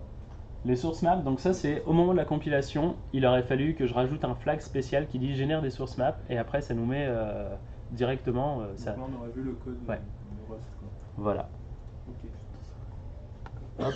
Ah, mais c'est-à-dire, du moment où tu le compiles avec les symboles, c'est accessible à tout le monde? Ou faut Ouais. que le... Ok. Ouais. Ouais, Ce faut qui- mettre dans ça le peut être un pays, souci effectivement. Ouais, c'est- Mais généralement tu les Tu le compiles fais en quand tu es développement, en puis- développement. Quoi. La En compilation, tu ils l'as le pour font pas. spécifier, non? Ouais. Et c'est, enfin, après ça dépend des compilateurs, mais là par exemple c'était désactivé par défaut quoi. Quel choix un petit peu safe du coup. Donc les 32 bits, c'est un choix pour être compatible avec le maximum de processeurs, quoi. Ouais. Pour commencer. Pour être compatible avec ARM et Ouais, voilà. BioX86 du coup. Donc, bon, bah, je vous ai montré plein d'étapes pour arriver jusque-là. L'étape de build n'est pas vraiment intégrée, il n'y a pas juste une commande à lancer qui permet de faire ça. Il y a besoin de toucher aux API WebAssembly et de comprendre un petit peu comment elles marchent, c'est encore un peu compliqué. Comment on fait pour interagir avec des API du web? On passe par des fonctions en JavaScript et on doit réécrire plein de bindings à la main. Ces espèces de fonctions qui vont juste appeler dans des fonctions du DOM. Et comment on fait si on a des types plus complexes et qu'on veut de l'interopérabilité entre les différents langages, donc entre Rust et JavaScript? Et ben, genre l'exemple typique, c'est vraiment la chaîne de caractères. Une chaîne de caractères, ça peut être représenté de plein de manières différentes dans un langage. Par exemple, vous pouvez dire, vous avez la taille et les caractères, ou bien vous pouvez faire à la C et dire, bah, c'est juste tous les caractères jusqu'à que vous tombiez sur 0. Et puis en plus de ça, il faut choisir l'encodage de vos caractères. Est-ce que ça va être latine 1, ASCII, UTF-8, UTF-16, ou enfin ce que vous voulez. Donc il y a plein de choix à faire et il faut, enfin, quand vous écrivez vos programmes et que vous voulez passer une chaîne de caractères, il faut savoir comment Rust encode les chaînes de caractères pour pouvoir le faire. Donc si vous voulez le faire, il faut transformer d'abord la chaîne vraiment en sa représentation octale. Ensuite, on la met dans la mémoire du module WebAssembly. Et ensuite, dans l'autre langage, dans Rust, on va lire cette mémoire et on va réinterpréter ça comme étant une chaîne de caractères. Vous voyez que ça crée du trafic et c'est pas forcément trivial à faire. Et il y a des API qui permettent d'aider un petit peu à faire ça, mais c'est quand même pas trivial. Donc ce serait plutôt cool s'il y avait moyen d'automatiser ça un petit peu. Bien sûr, si vous voulez le faire dans l'autre sens, bah, vous avez à peu près les mêmes étapes. Et ça, c'est des problèmes inhérents à tous les langages. En fait, dès que vous avez plusieurs langages qui communiquent ensemble, et il faut qu'ils parlent une espèce de lingua franca, donc généralement c'est le C. On utilise les API du C pour parler d'un langage à l'autre. Mais ça fait des surcoûts mémoire, des surcoûts temps, et ça, c'est inévitable. C'est pas forcément un problème de langage, c'est le problème de la plateforme. Hein. Maintenant, avec GraalVM, par exemple, tu as des langages qui dialoguent entre eux et ils partagent le même modèle mémoire. Oui, parce que c'est parce que c'est encore une VM, quoi. Oui, c'est ça, ils partagent le même modèle, donc c'est la fête. Tu peux voir l'OS aussi comme une plateforme, comme une VM, du coup, au niveau inférieur, où le binaire est directement le bytecode, quoi. Mais c'est à peu près la même chose. Mais du coup, pourquoi pas utiliser des choses comme protocol buffer ou flat buffer ou des choses comme ça marcherait pas? Comme Protocol buffer ou flat buffer ou...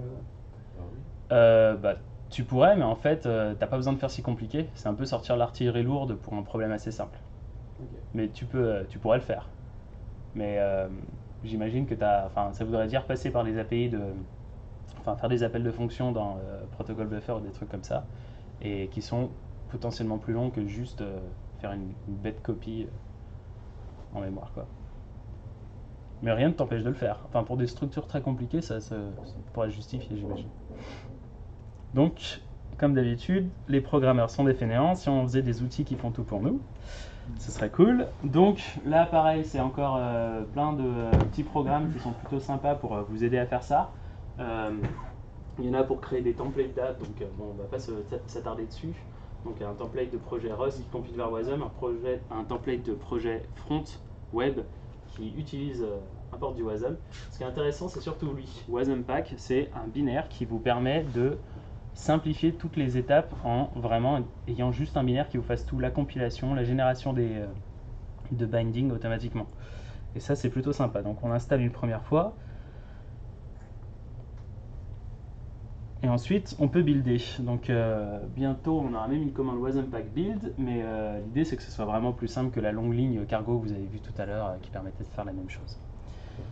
Et on lance le serveur, et ensuite on peut faire des choses qui sont vraiment plus sympas. Donc là, on a une nouvelle crate. Une crate, c'est l'équivalent d'un package en Rust que vous importez. C'est une caisse en français, un caisson de code que vous importez.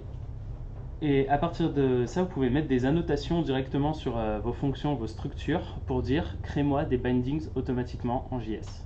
Et ça, c'est plutôt magique.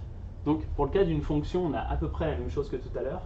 Mais là, ce qu'on peut faire, là, ce que je lui dis, c'est créer un binding automatiquement à partir de console.log. Et il va me faire ça automatiquement tout à l'heure. Donc ça, c'est plus cool quand même. Ouais, bah là, c'est plus sympa que ce qu'on avait tout à l'heure, effectivement. Et là, donc, j'ai une fonction qui prend une chaîne de caractères, donc la représentation en Rust, c'est une référence vers une chaîne, donc imaginez vraiment un pointeur vers des chars. Et ensuite, je peux juste écrire mon code Rust comme ça, et je mets juste mon annotation, et lui, après, il va me créer une fonction en JavaScript qui est équivalente, que je peux appeler avec une chaîne de caractères en JavaScript, et il s'occupe de faire toute la magie derrière pour moi. Donc mon JS, après, il ressemble à ça. On lui dit pas unsafe du coup? Non, même pas besoin. Ok. Mais comment il connaît console log dans la deuxième fonction? Parce que je lui ai dit précisément, ça vient de console. C'est pas JavaScript, ça s'applique partout en fait. Ouais. Ok. Oui, pareil, alerte est disponible de partout. Et donc ça fait qu'après, en JavaScript, je peux juste utiliser ça. J'ai pas besoin de me soucier de faire la conversion vers la représentation mémoire Rust, de la mettre dans la mémoire Rust, etc., etc. Il me fait tout pour moi. C'est quand même un peu plus sympa. Vous pouvez aussi déclarer des types en disant bah, j'ai une structure de données en Rust qui contient juste une chaîne de caractères et je veux qu'elle ait un binding équivalent en JavaScript. Et après, donc, je vous disais tout à l'heure, en Rust, on sépare les données des fonctions. Donc là, j'ajoute des fonctions, un constructeur, et ensuite une méthode. Donc les méthodes, on les repère parce qu'elles prennent une référence vers self, this, et on peut ensuite faire des choses avec. Et ensuite, en JavaScript, bah, ça va juste ressembler à ça, notre code. Alors, ce qui est pas évident pour du JavaScript, c'est qu'on appelle des fonctions new et free. Et oui, parce qu'au final, si on crée des structures, on fait une allocation mémoire, et donc on doit la faire explicitement. C'est pas le GC du navigateur qui fait cette allocation mémoire. C'est bien nous, on met dans la mémoire du module WebAssembly toutes ces données. Donc il ne faut pas oublier de faire des free. On se retrouve un petit peu avec les problématiques du C. Ça peut être amélioré dans le futur, il y a des propositions pour... Être une VM, je déconne. Non, même pas besoin. En fait, en JavaScript, c'est juste pour dire... enfin, implémenter des espèces de destructeurs automatiques. Il y a un lettre, c'est fini. Ça sort du scope pour tuer, des trucs comme ça. En utilisant des références faibles du GC, Okay. Principalement. Donc comment ça marche? Je vais peut-être revenir plus là pour vous montrer. Donc ces annotations, elles créent du code WebAssembly qui va être embarqué dans le module WebAssembly au final.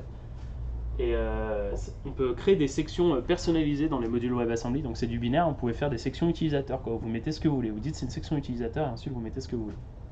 Ça crée des sections utilisateurs qui vont dire bah, il me faudra un binding pour cette structure qui s'appelle Hello Factory, pour ces fonctions, etc., etc. Ensuite, il y a un autre outil qui s'appelle WasmBindGen, du même nom que le package, qui va tourner là-dessus, regarder l'intérieur du module WebAssembly, voir cette section personnalisée, générer du code JavaScript à partir de ça. C'est une macro en fait. Ouais.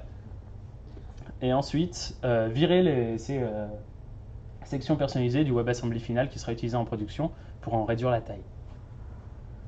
Voilà ce que je vous explique ici. Ouais. Est-ce qu'on peut revenir à celle d'avant? Là, si la fonction say hello elle n'était pas publique, en JavaScript ça donnerait quoi en fait? Il y a des chances qu'elle n'ait pas de binding en JavaScript. Qu'elle puisse pas être appelée. Donc il y aura undefined. Ouais. D'autres questions là-dessus? C'est plutôt magique, non? Plutôt sympa? Enfin, plus sympa que ce qu'il y avait au début. Tu as pu utiliser ça pour faire du traitement vraiment en interne de choses un peu plus costauds que vraiment s'amuser à faire des liens entre le DOM et puis... Ouais. Bah, il y a deux écoles, quoi. Vraiment, il y a l'école, enfin, j'ai une problématique de performance et je veux la résoudre. Donc, ce qui a l'air d'être plutôt ton cas. Et il y a l'école, non, j'ai vraiment envie d'utiliser mon langage pour faire du développement web. Et les deux se développent assez bien. Donc, je reviendrai là-dessus. Donc, ma petite démo, j'ai fait un correcteur de typo en Rust. Et pour vous montrer une petite comparaison entre la bibliothèque Rust qui prétendait être la plus rapide et la bibliothèque JavaScript qui prétendait être la plus rapide. Ok, alors, peut-être comme ça. Donc ça utilise un algorithme assez classique qui s'appelle l'algorithme de Levenshtein. On calcule la distance entre deux chaînes de caractères en disant combien de caractères il faut remplacer, supprimer ou ajouter pour passer d'une chaîne à l'autre. Et c'est toujours assez intéressant. Donc par exemple, si vous écrivez des trucs, voilà. Donc j'ai la chance d'avoir un nom commun comme nom propre. Donc je peux utiliser ça pour tester. Et vous pouvez voir, donc là c'est une librairie JavaScript qui prétendait être la plus rapide sur NPM pour faire ça. Et je la lance donc, à chaque fois que j'ajoute un caractère, vous pouvez voir que le temps pour faire les comparaisons augmente, ce qui est assez logique. Plus il y a de caractères, plus c'est difficile d'analyser. En plus de ça, il y a un dictionnaire avec tous les mots du français dedans, et il va donc chercher la distance avec tous les mots du français, et il nous met des propositions pour tous les mots dont la distance est inférieure à 2, je crois. Donc là, par exemple, Benjamin Cucu, il y a seulement 2 lettres à remplacer pour arriver à Benjamin, donc c'est pour ça qu'il me propose ça. Ok. Voilà. Encore seulement 2 lettres à remplacer, voilà. Donc, bon, bah, vous voyez qu'en fonction de la taille du mot, ça met plus ou moins de temps. Encore essayer en rajoutant un S. Ok. Donc là, par exemple, en JavaScript, pour 8 caractères, 188 millisecondes. On va refaire la même en WASM, 49 millisecondes. Et donc là, c'est juste un programme en Rust. J'ai fait pareil, je me suis pas amusé à implémenter l'algorithme. J'ai pris des gens qui disaient avoir l'algorithme le plus rapide en Rust, enfin l'implémentation de l'algorithme de Levenshtein le plus rapide. Et j'ai fait un programme tout bête qui vraiment fait juste les bindings et les trucs comme ça. Donc ça m'a pris à tout casser 1 heure, quoi. Et j'ai un speed-up, enfin une accélération de x3 de mon programme au final, quoi. Et c'est aussi prédictible, donc c'est pareil si on revient sur du JS. Il faut essayer avec Benjamin, parce que bonjour, c'est peut-être un... Hop, alors attends, je vais empirer les logs. Hop.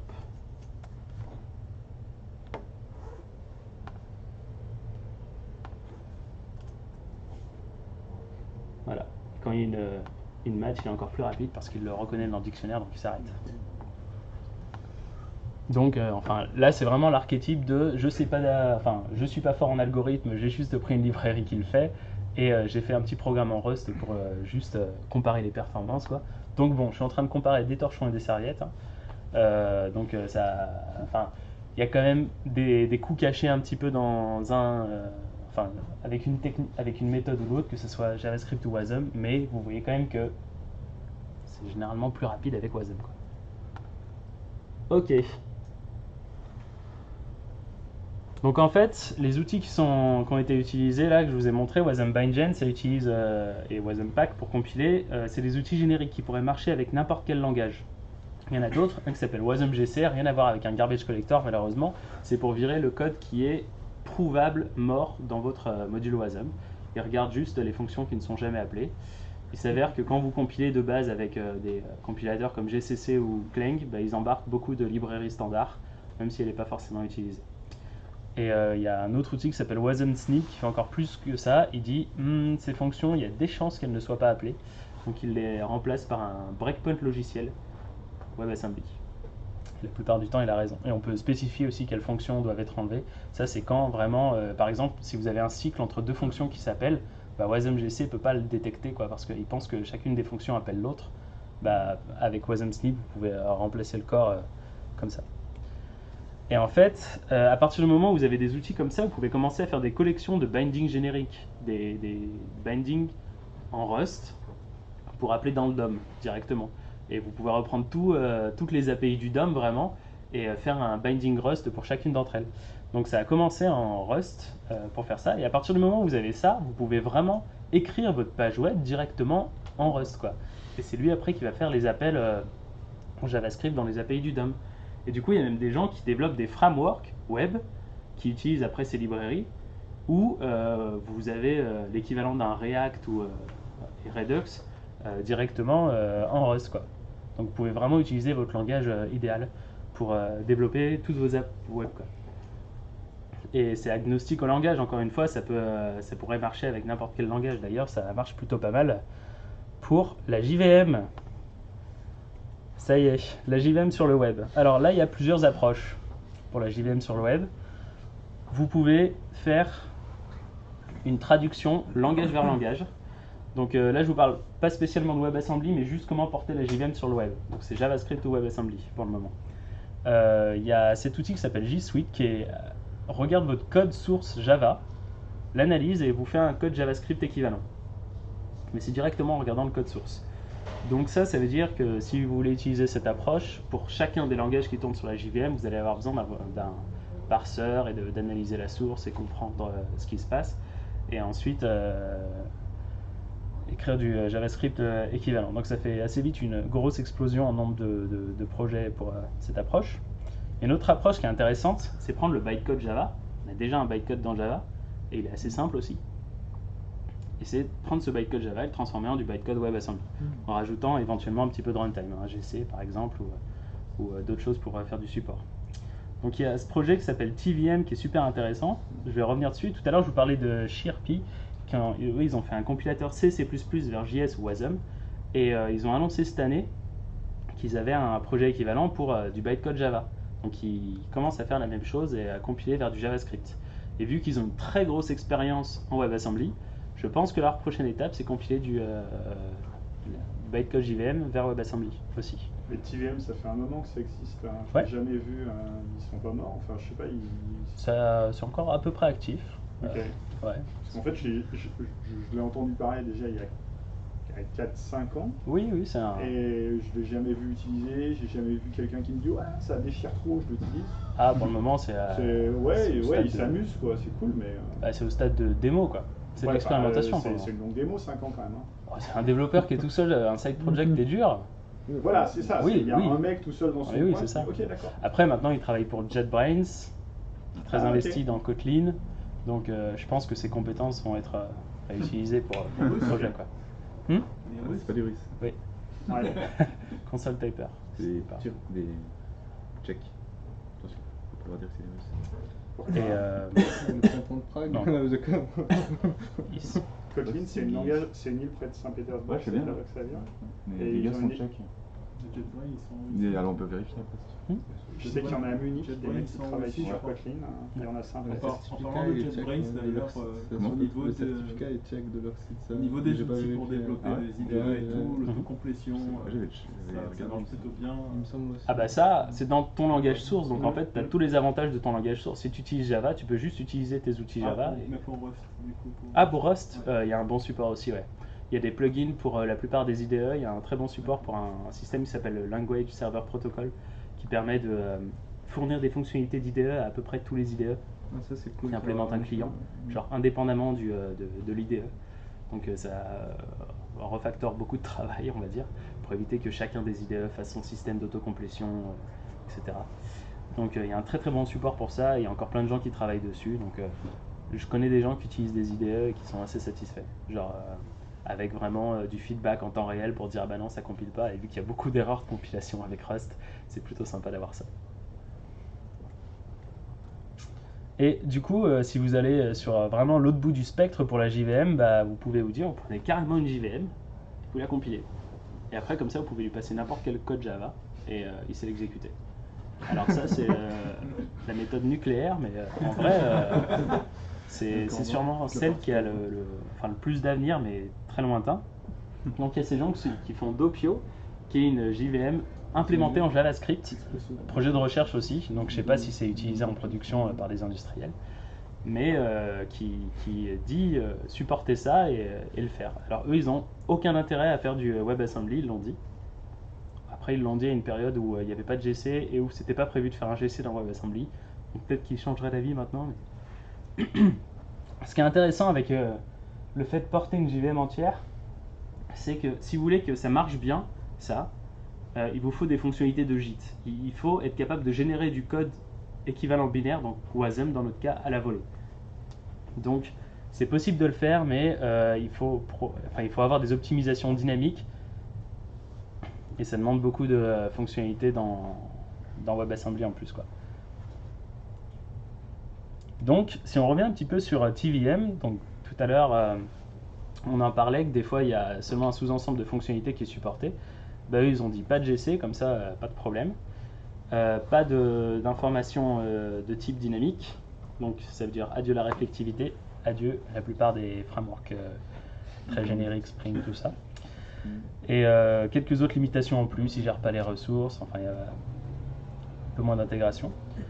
Mais il fournit, donc ouais, enfin c'est une petite communauté, je pense qu'ils sont pas très nombreux autour, mais il y a aussi des extensions pour interagir avec JS assez facilement et faire des bindings de manière automatique.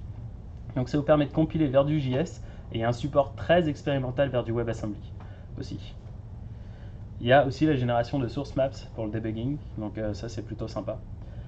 Et vous pouvez débugger, enfin voir du code Java dans votre debugger navigateur.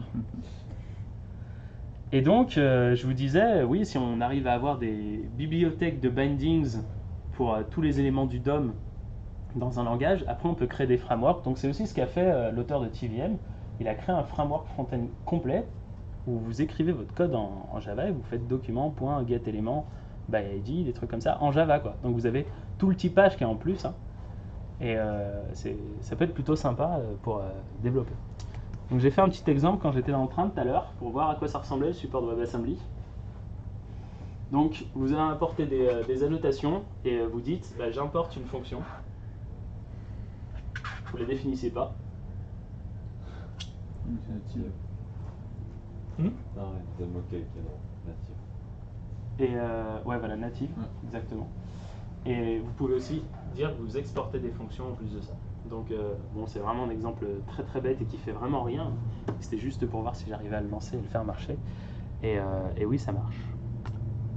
Donc en fait, c'est assez simple de générer du WebAssembly. Par contre, j'ai essayé de faire des choses avec des chaînes de caractères. Il n'y a pas du tout une traduction automatique des chaînes de caractères, là par exemple. Il n'y a pas de binding qui sont créés sympas en JS pour passer les chaînes de caractères à la JVM.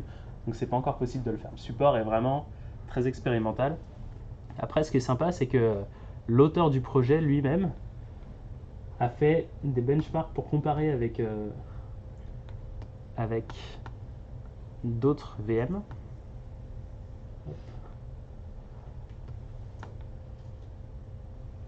Donc oui, parmi les projets qui compilent du JS, vous connaissez peut-être aussi Google Web Toolkit, GWT.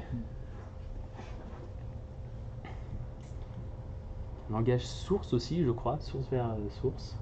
Oui. Alors, avec TVM, donc, est-ce que ça vous parle ce benchmark? JBox2D, ça vous dit quelque chose? Apparemment, ce serait quelque chose d'assez classique pour mesurer les performances. Enfin, un petit benchmark comme ça pour à la fois du graphique et du traitement CPU, vu qu'il y a un petit peu de gestion de la gravité. Et donc, on a une petite fonction qui nous dit, enfin, une fonction qui recalcule l'état suivant, quoi, et qui nous dit combien de temps ça prend à chaque fois. Donc, c'est en millisecondes. Hein. Là, c'est vers du code JS. Donc, est-ce que il a généré les source maps pour cet exemple? Hop. Non, voilà. Non, il n'a pas fait des source maps pour cet exemple. Il y a un autre exemple où il a fait des source maps. Plutôt sympa. Donc vous voyez, bon, on est aux alentours de 250 et des fois il y a des petits sauts. Là, je peux vous dire qu'il y a un GC à ce moment-là.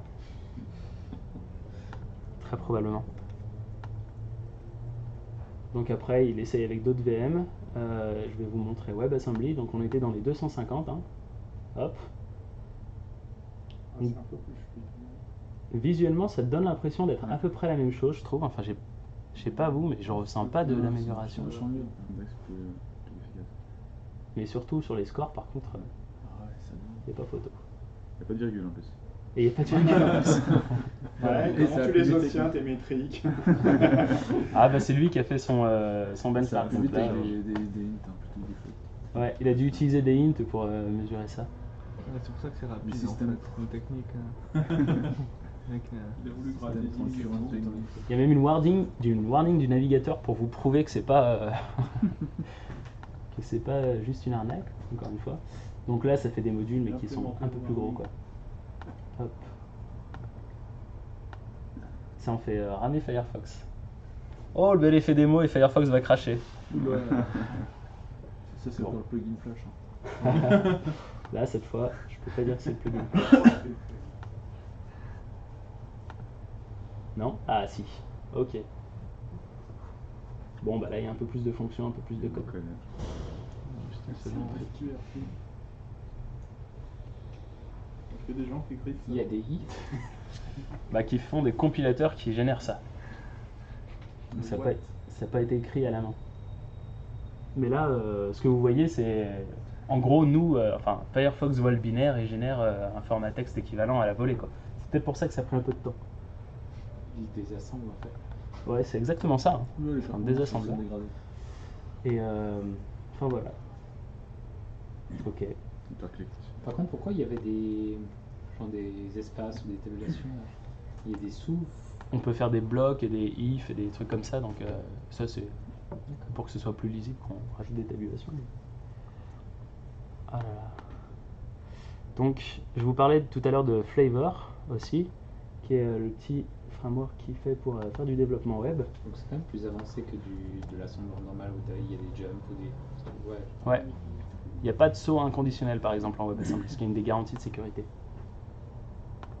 Alors là je crois que si on va chercher... Ah, qui veut voir du Kotlin? Ça qui est bon. Donc il y a tout le runtime qui vient avec. Hein.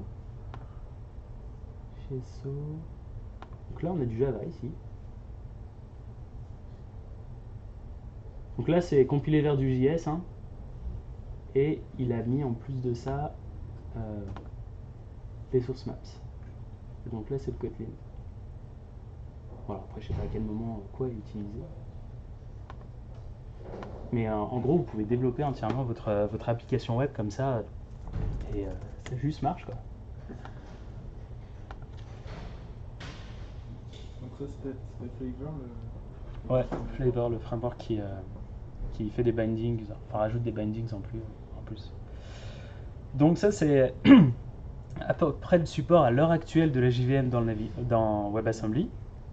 Mais il faudrait quand même rajouter les fonctionnalités. Et pour ça, excusez-moi, il faut regarder un petit peu plus loin dans le futur pour voir quelles fonctionnalités seraient les plus importantes, à votre avis. Un garbage collector. Effectivement, il faut un garbage collector. Donc là, on est tous en train de se pencher là-dessus parce qu'on voit clairement que c'est ce qui bloque la plupart de l'implémentation des langages, enfin, pour les compiler vers WebAssembly. Donc, si des gens qui font du OCaml, du Reason, qui veulent compiler vers WebAssembly. Donc, on discute très fort avec eux aussi parce qu'ils ont besoin du support d'objets. Donc, on a un support expérimental dans Firefox Nightly, si vous voulez vous amuser encore une fois. On peut créer, donc en gros l'idée ce serait de définir ses propres structures en disant bah, j'ai un champ qui s'appelle comme ça, enfin j'ai des champs, après j'ai des sous-structures, j'ai des tableaux, enfin un truc très classique quoi. Et on pourrait utiliser ça dans WebAssembly. Et là la question c'est comment on est interopérable avec du JavaScript, parce qu'en JavaScript il n'y a pas cette notion de faire des champs structurés, des tableaux et des choses comme ça. Donc on va peut-être apporter une nouvelle API dans JavaScript qui permettrait de faire ça, qui est plus ou moins en cours de développement depuis des années et complètement bloqué parce que ça n'intéresse personne, qui s'appelle TypedObject. Donc là, on définit des structures et après on peut créer des instances de ces structures aussi. Et il y aurait un mapping entre les deux qui se ferait. Est-ce qu'il y a un moment, tu penses qu'on se passera de cette réflexion sur JavaScript et on ne verra que WebAssembly? Ouais, assez clairement. Bah, du coup, on a posé la question tout à l'heure, est-ce que JavaScript va mourir? Et oui et non. JavaScript va mourir en tant que plateforme. Parce que pour le moment, on compile vers du web, et quand on compile vers du web, généralement, c'est qu'on compile vers du JS. Et ça, c'est pas l'usage de JavaScript. Donc ça va mourir. Après, personnellement, je pense que le langage, il va survivre. que les gens ils vont aimer le langage. Mais après, enfin, ils vont continuer à aimer le langage ceux qui l'aiment déjà, quoi. Ah, mais enfin, qui aime vraiment JavaScript? Je pense que Ouais. toi, Ouais. t'as essayé TypeScript Ouais. et tu préfères JavaScript. Le jour où il y a toutes les fonctions de C'est pas TypeScript, pareil. les gens Bah non, c'est pas pareil. T'étais fou de Rust parce que ça catch le maximum de merde à la compile. JS, bah. Ouais, mais ça permet de faire des trucs rapidement aussi, quoi. Et c'est super bien pour du prototypage, c'est super bien pour des projets jetables. Ouais, d'accord, c'est du scripting, Ouais. mais ça survivra sur un coin de table. T'as une inertie, parce qu'aujourd'hui, t'as un écosystème qui est monstrueux, effectivement, les mecs, ils vont pas partir du jour au Ouais, lendemain. une activité de dingue, quoi. Pardon? Il y a une activité. Voilà, mais. Ouais. Enfin, moi, je te vois pas survivre. Je suis pas sûr, parce que quand même, le langage devient vraiment plaisant à utiliser maintenant.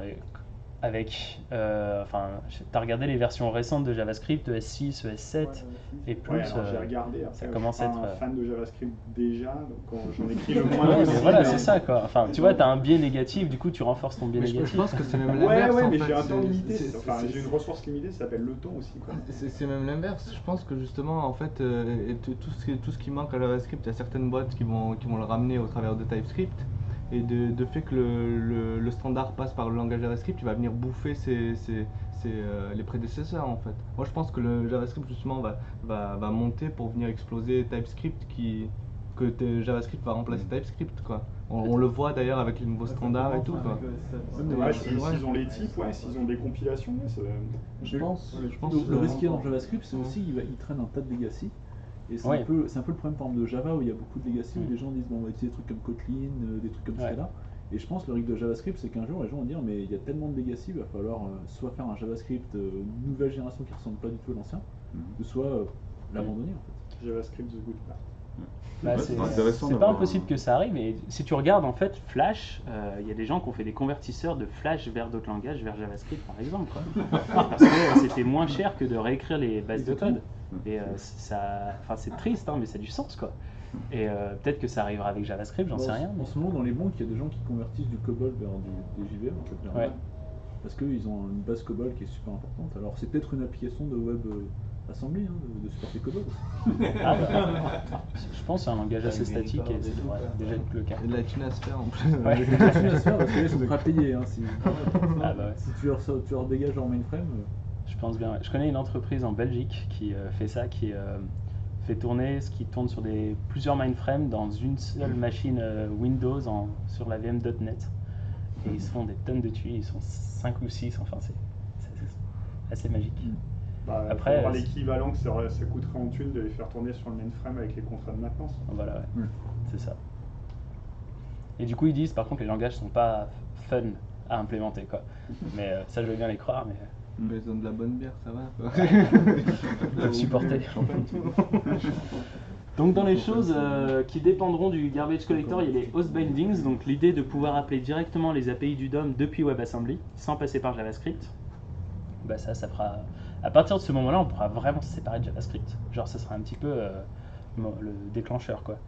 Et ça sera encore plus efficace aussi pour avoir d'autres langages qui utilisent le DOM, plus besoin de passer par JavaScript. Après, on essaie d'optimiser ça, nous les navigateurs, pour que ça soit quasiment invisible. Et des fois, on arrive même à détecter qu'on appelle une certaine fonction et on prend un raccourci. Mais une fois qu'on aura ça, ce sera fait proprement, quoi. Il n'y aura plus besoin de faire des Mais optimisations en chaque plus. navigateur ont leur propre moteur de. WebAssembly, ouais. Bah, comme pour JavaScript. D'accord, comme Ouais. ça. Et en fait, si tu regardes assez loin dans le futur, tu peux te dire que est-ce que c'est Comparable, nécessaire c'est une d'avoir sorte de- plusieurs implémentations de JavaScript ou est-ce qu'on pourrait avoir une seule implémentation de JavaScript qui est compilée vers WebAssembly et utilisable dans tous les navigateurs? Voilà. Ouais. Et là, on pourrait, ça virerait des tonnes de lignes de code et code base de tous les navigateurs et on aurait les mêmes performances à peu près partout. Question bête, vous avez déjà un truc pour checker que toutes les implémentations de WebAssembly elles sont équivalentes et correctes? Genre. Il y a un standard et il y a des tests, des web platform tests. Ouais. Donc, C'est ça. ouais, des tests, des séries de tests automatisés, on a genre 50 000. Non, c'est bon. Donc c'est bien standardisé. Après, Enfin, des applications, C'est ça. Ouais. on peut aussi les tester facilement. L'application qu'on écrit. Oui. Excuse-moi, j'ai peut-être pas entendu le début. Ouais, ça pourrait vraiment bien tester ce qu'on développait en Rust directement. Ah bah ça après. Si on arrive à automatiser les tests sur le DOM, avec pas l'interaction avec le DOM et tout ça, puis faire des tests du système. Bah après, il y a aussi le code que. Alors, il y a deux choses qui peuvent être correctes. Il y a l'implémentation de WebAssembly et il y a le code que tu écris de base. Dans le code que tu écris de base en Rust, on ne pourra pas faire grand chose pour toi. Nous, on s'occupe juste de la correctitude du comportement de la VM, quoi. Donc, après, ce qui est sympa aussi avec quand tu développes dans un autre langage et que tu compiles vers le web, c'est que tu peux généralement lancer ton autre langage dans son environnement de base, quoi. Genre, tu peux compiler un programme C++, le lancer et voir s'il fait ce que tu attends. Et s'il fait ce que tu attends, tu peux partir du principe qu'a priori, ce que tu as écrit est correct. Et donc, si tu vois un bug dans la version web, c'est que le navigateur n'est pas correct.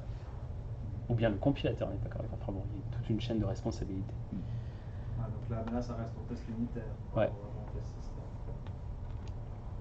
Est-ce qu'il y a des utilisations industrielles en massive de WebAssembly? Il commence à y en avoir.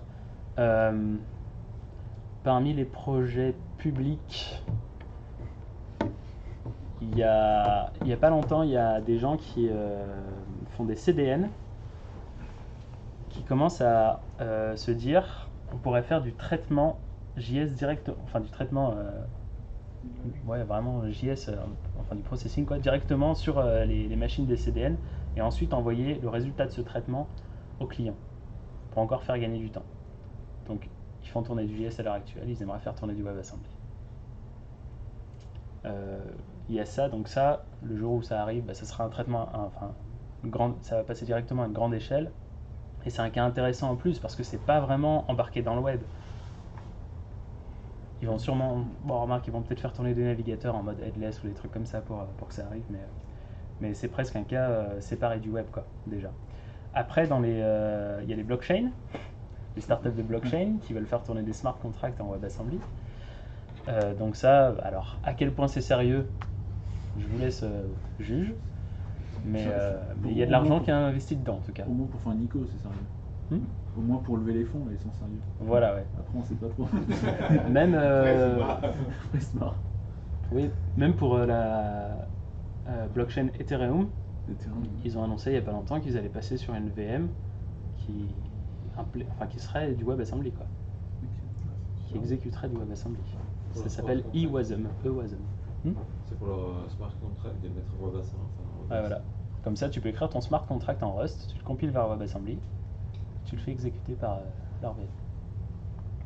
Ou Rust ou n'importe quel autre langage de ton choix. Et après, sur les sites, il y a certains sites, mega.co qui fait de la décompression côté client, je crois, ou du décodage côté client. Site de vidéo. Il y a Twitch à une période qui faisait aussi, ils jouaient avec leur propre codec côté client. Donc il y a quelques usages industriels après, des très grands noms. Dans les produits Google, il va y en avoir pas mal. Genre Street View, eux ils ont tout réécrit il n'y a pas très longtemps en NaCl et ils sont pris une armée de fans de tous les autres navigateurs quand les gens leur ont dit mais en fait on peut pas le lancer autre part que dans Chrome parce que vous utilisez vos technologies Chrome, Google. Et et l'idée c'est qu'ils vont réécrire ça avec WebAssembly, mais pour ça ils ont besoin de parfaite transition, les threads, et faire du code multithreadé. Donc avoir des mémoires partagées qu'on pourrait partager entre plusieurs web workers, donc l'équivalent des process dans le web. En plus de ça, on a besoin aussi d'une meilleure gestion des exceptions pour que ça coûte vraiment rien de lever une exception. Donc, thread, donc actuellement c'est single thread. Donc on utilisera un décor par exécution de. Par contre, si on a plusieurs qui s'exécutent sur chaque page, ça c'est chaque thread. Tu pourrais créer au sein d'une application web plusieurs web workers qui sont des threads lourds. Pour ça, je disais, c'est plus des processus parce que ça coûte pas mal de les démarrer. Et après, tu auras une mémoire partagée entre tous tes threads. Et donc, quand je dis rajouter des threads, c'est rajouter cette API de mémoire partagée, rajouter de la synchronisation par-dessus. Donc, c'est des instructions atomiques, quoi. On peut être thread safe. Oui, et puis on pourra aussi faire des deadlocks et toutes les bêtises qu'on peut faire en développement natif, quoi. C'est cool, c'est quoi un deadlock? Non, c'est bon. C'est bon, il a J'ai dit fait c'est ça. cool, Ah. on va pouvoir en faire. Donc, en fait, oui, mais si tu réfléchis bien, des deadlocks, tu peux déjà en avoir en JavaScript. En fait, t'as pas besoin de WebAssembly pour ça. Enfin, tu peux faire plein de situations où tu as des race conditions aussi entre différentes choses. Par exemple, tu as un bouton pour cliquer sur une page et le script qui va installer le handler qui va récupérer le clic. Si jamais il est récupéré un peu tard, tu peux cliquer sur le bouton avant que le script n'ait attaché une fonctionnalité au bouton et donc ça fait qu'il va rien se passer. Donc, bon. Avec les timers, il me semble, la gestion du temps, Ouais, si tu arrives sur des exécutions trop longues, la notion du temps, elle est pourrie. Quoi, dans le Oui, timer. exactement. Quand tu lâches un timer en JavaScript, tu dis je veux que ça soit démarré dans n secondes et le navigateur il fait c'est moi qui décide parce que c'est n en fait. Donc tu lui donnes une recommandation et le navigateur après va lancer quelque chose qui correspond. Mais en fait le problème, ça se comprend bien si tu as un script qui lance 50 000 timers en même temps et qui dit je veux qu'ils soient tous lancés dans 0 secondes, bah faut bien les lancer dans un certain ordre pour autant quoi. Donc après une notion de priorité et tout. Est-ce qu'il s'exécute avant Est-ce qu'il peut s'exécuter avant Ah ok. T'as des trucs comme ça, des fois. Avant. Tu dis qu'ils ont tué en 3 secondes et ils s'exécutent en 2 secondes. Ah non, pas avant. Non, Non. Généralement c'est quand même après. Je crois que j'ai vu des trucs comme ça des fois. Ça peut arriver, mais Ils sont pas beaucoup près. Ouais, des fois, si tu as des horloges qui sont pas monotoniques, ça peut arriver. Et dans les instructions aussi qui seraient sympas pour WebAssembly, il y a SIMD, donc les instructions vectorielles des CPU. Là, c'est encore pour le traitement d'images ou d'audio, les codecs, le jeu vidéo qui raffole de ça. Et ça DRM serait assez aussi. utile. Donc il y aurait des DRM aussi. Bah, Comme les trucs de vidéo ça c'est de indépendant. Intel. Il y a trucs Les de- DRM, déjà, ça existe déjà dans le web. Non, mais dans le sens, genre à Intel, ils ont implémenté les DRM. Il y a des instructions DRM dans le pros. Ah, ça, j'ai pas vu de spécification de proposition. C'est pas garanti qu'il n'y en ait pas pour autant. Après, est-ce que ça va arriver dans WebAssembly? Je pense qu'il y en a déjà ailleurs avec EME, Encrypted Media Extensions, qui sont un ensemble d'API pour le web pour faire des DRM. Hein. C'est ça qui fait tourner Netflix dans vos navigateurs, par exemple. Par exemple, Netflix, il pourrait Donc, finir en WebAssembly. Peut-être, oui. Après, ce serait, même en termes de sécurité, ce serait intéressant parce que à l'heure actuelle, les navigateurs, ils embarquent une partie de code qui est une boîte noire pour décoder les DRM, hein, et donc qui est téléchargée de manière dynamique et tout. Et peut-être que si on pouvait demander aux gens qui implémentent les DRM de compiler vers WebAssembly, on aurait vraiment cette notion de sécurité, de dire bon, ils ont leur processus à part, ils ont leur mémoire, ils peuvent pas sortir, c'est tout sandboxé et tout. Ce qu'on fait aussi par ailleurs, mais avec WebAssembly, on a des garanties encore plus fortes que le sandboxing natif. Bref, en résumé, plus rapide à charger au démarrage, pour les performances au démarrage, plus rapide à l'exécution pour les performances en cours d'exécution. Et surtout, ça va vous permettre d'apporter votre propre langage et puis ensuite, un jour, peut-être de faire des sites web dans votre langage. En COBOL. Voilà, des sites web en COBOL, ou en ADA, ou en tout ce que vous voulez.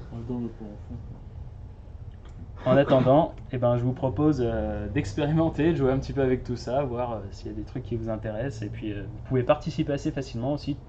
À peu près tout le travail sur WebAssembly est ouvert. Il y a des community meetings tous les 15 jours. N'importe qui peut venir et poser des questions. Toutes les specs sont ouvertes. Les implémentations sont à peu près toutes open source. Enfin, celles que je connais sont open source, de facto. Et il y a aussi une grosse communauté Rust et Wasm qui est super sympa. Donc si ça vous intéresse de vous pencher un peu là-dedans, n'hésitez pas. Voilà, j'espère que ça vous a plu. Désolé, c'était très très long, mais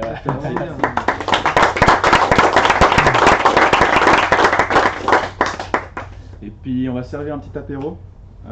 Donc restez encore un petit moment.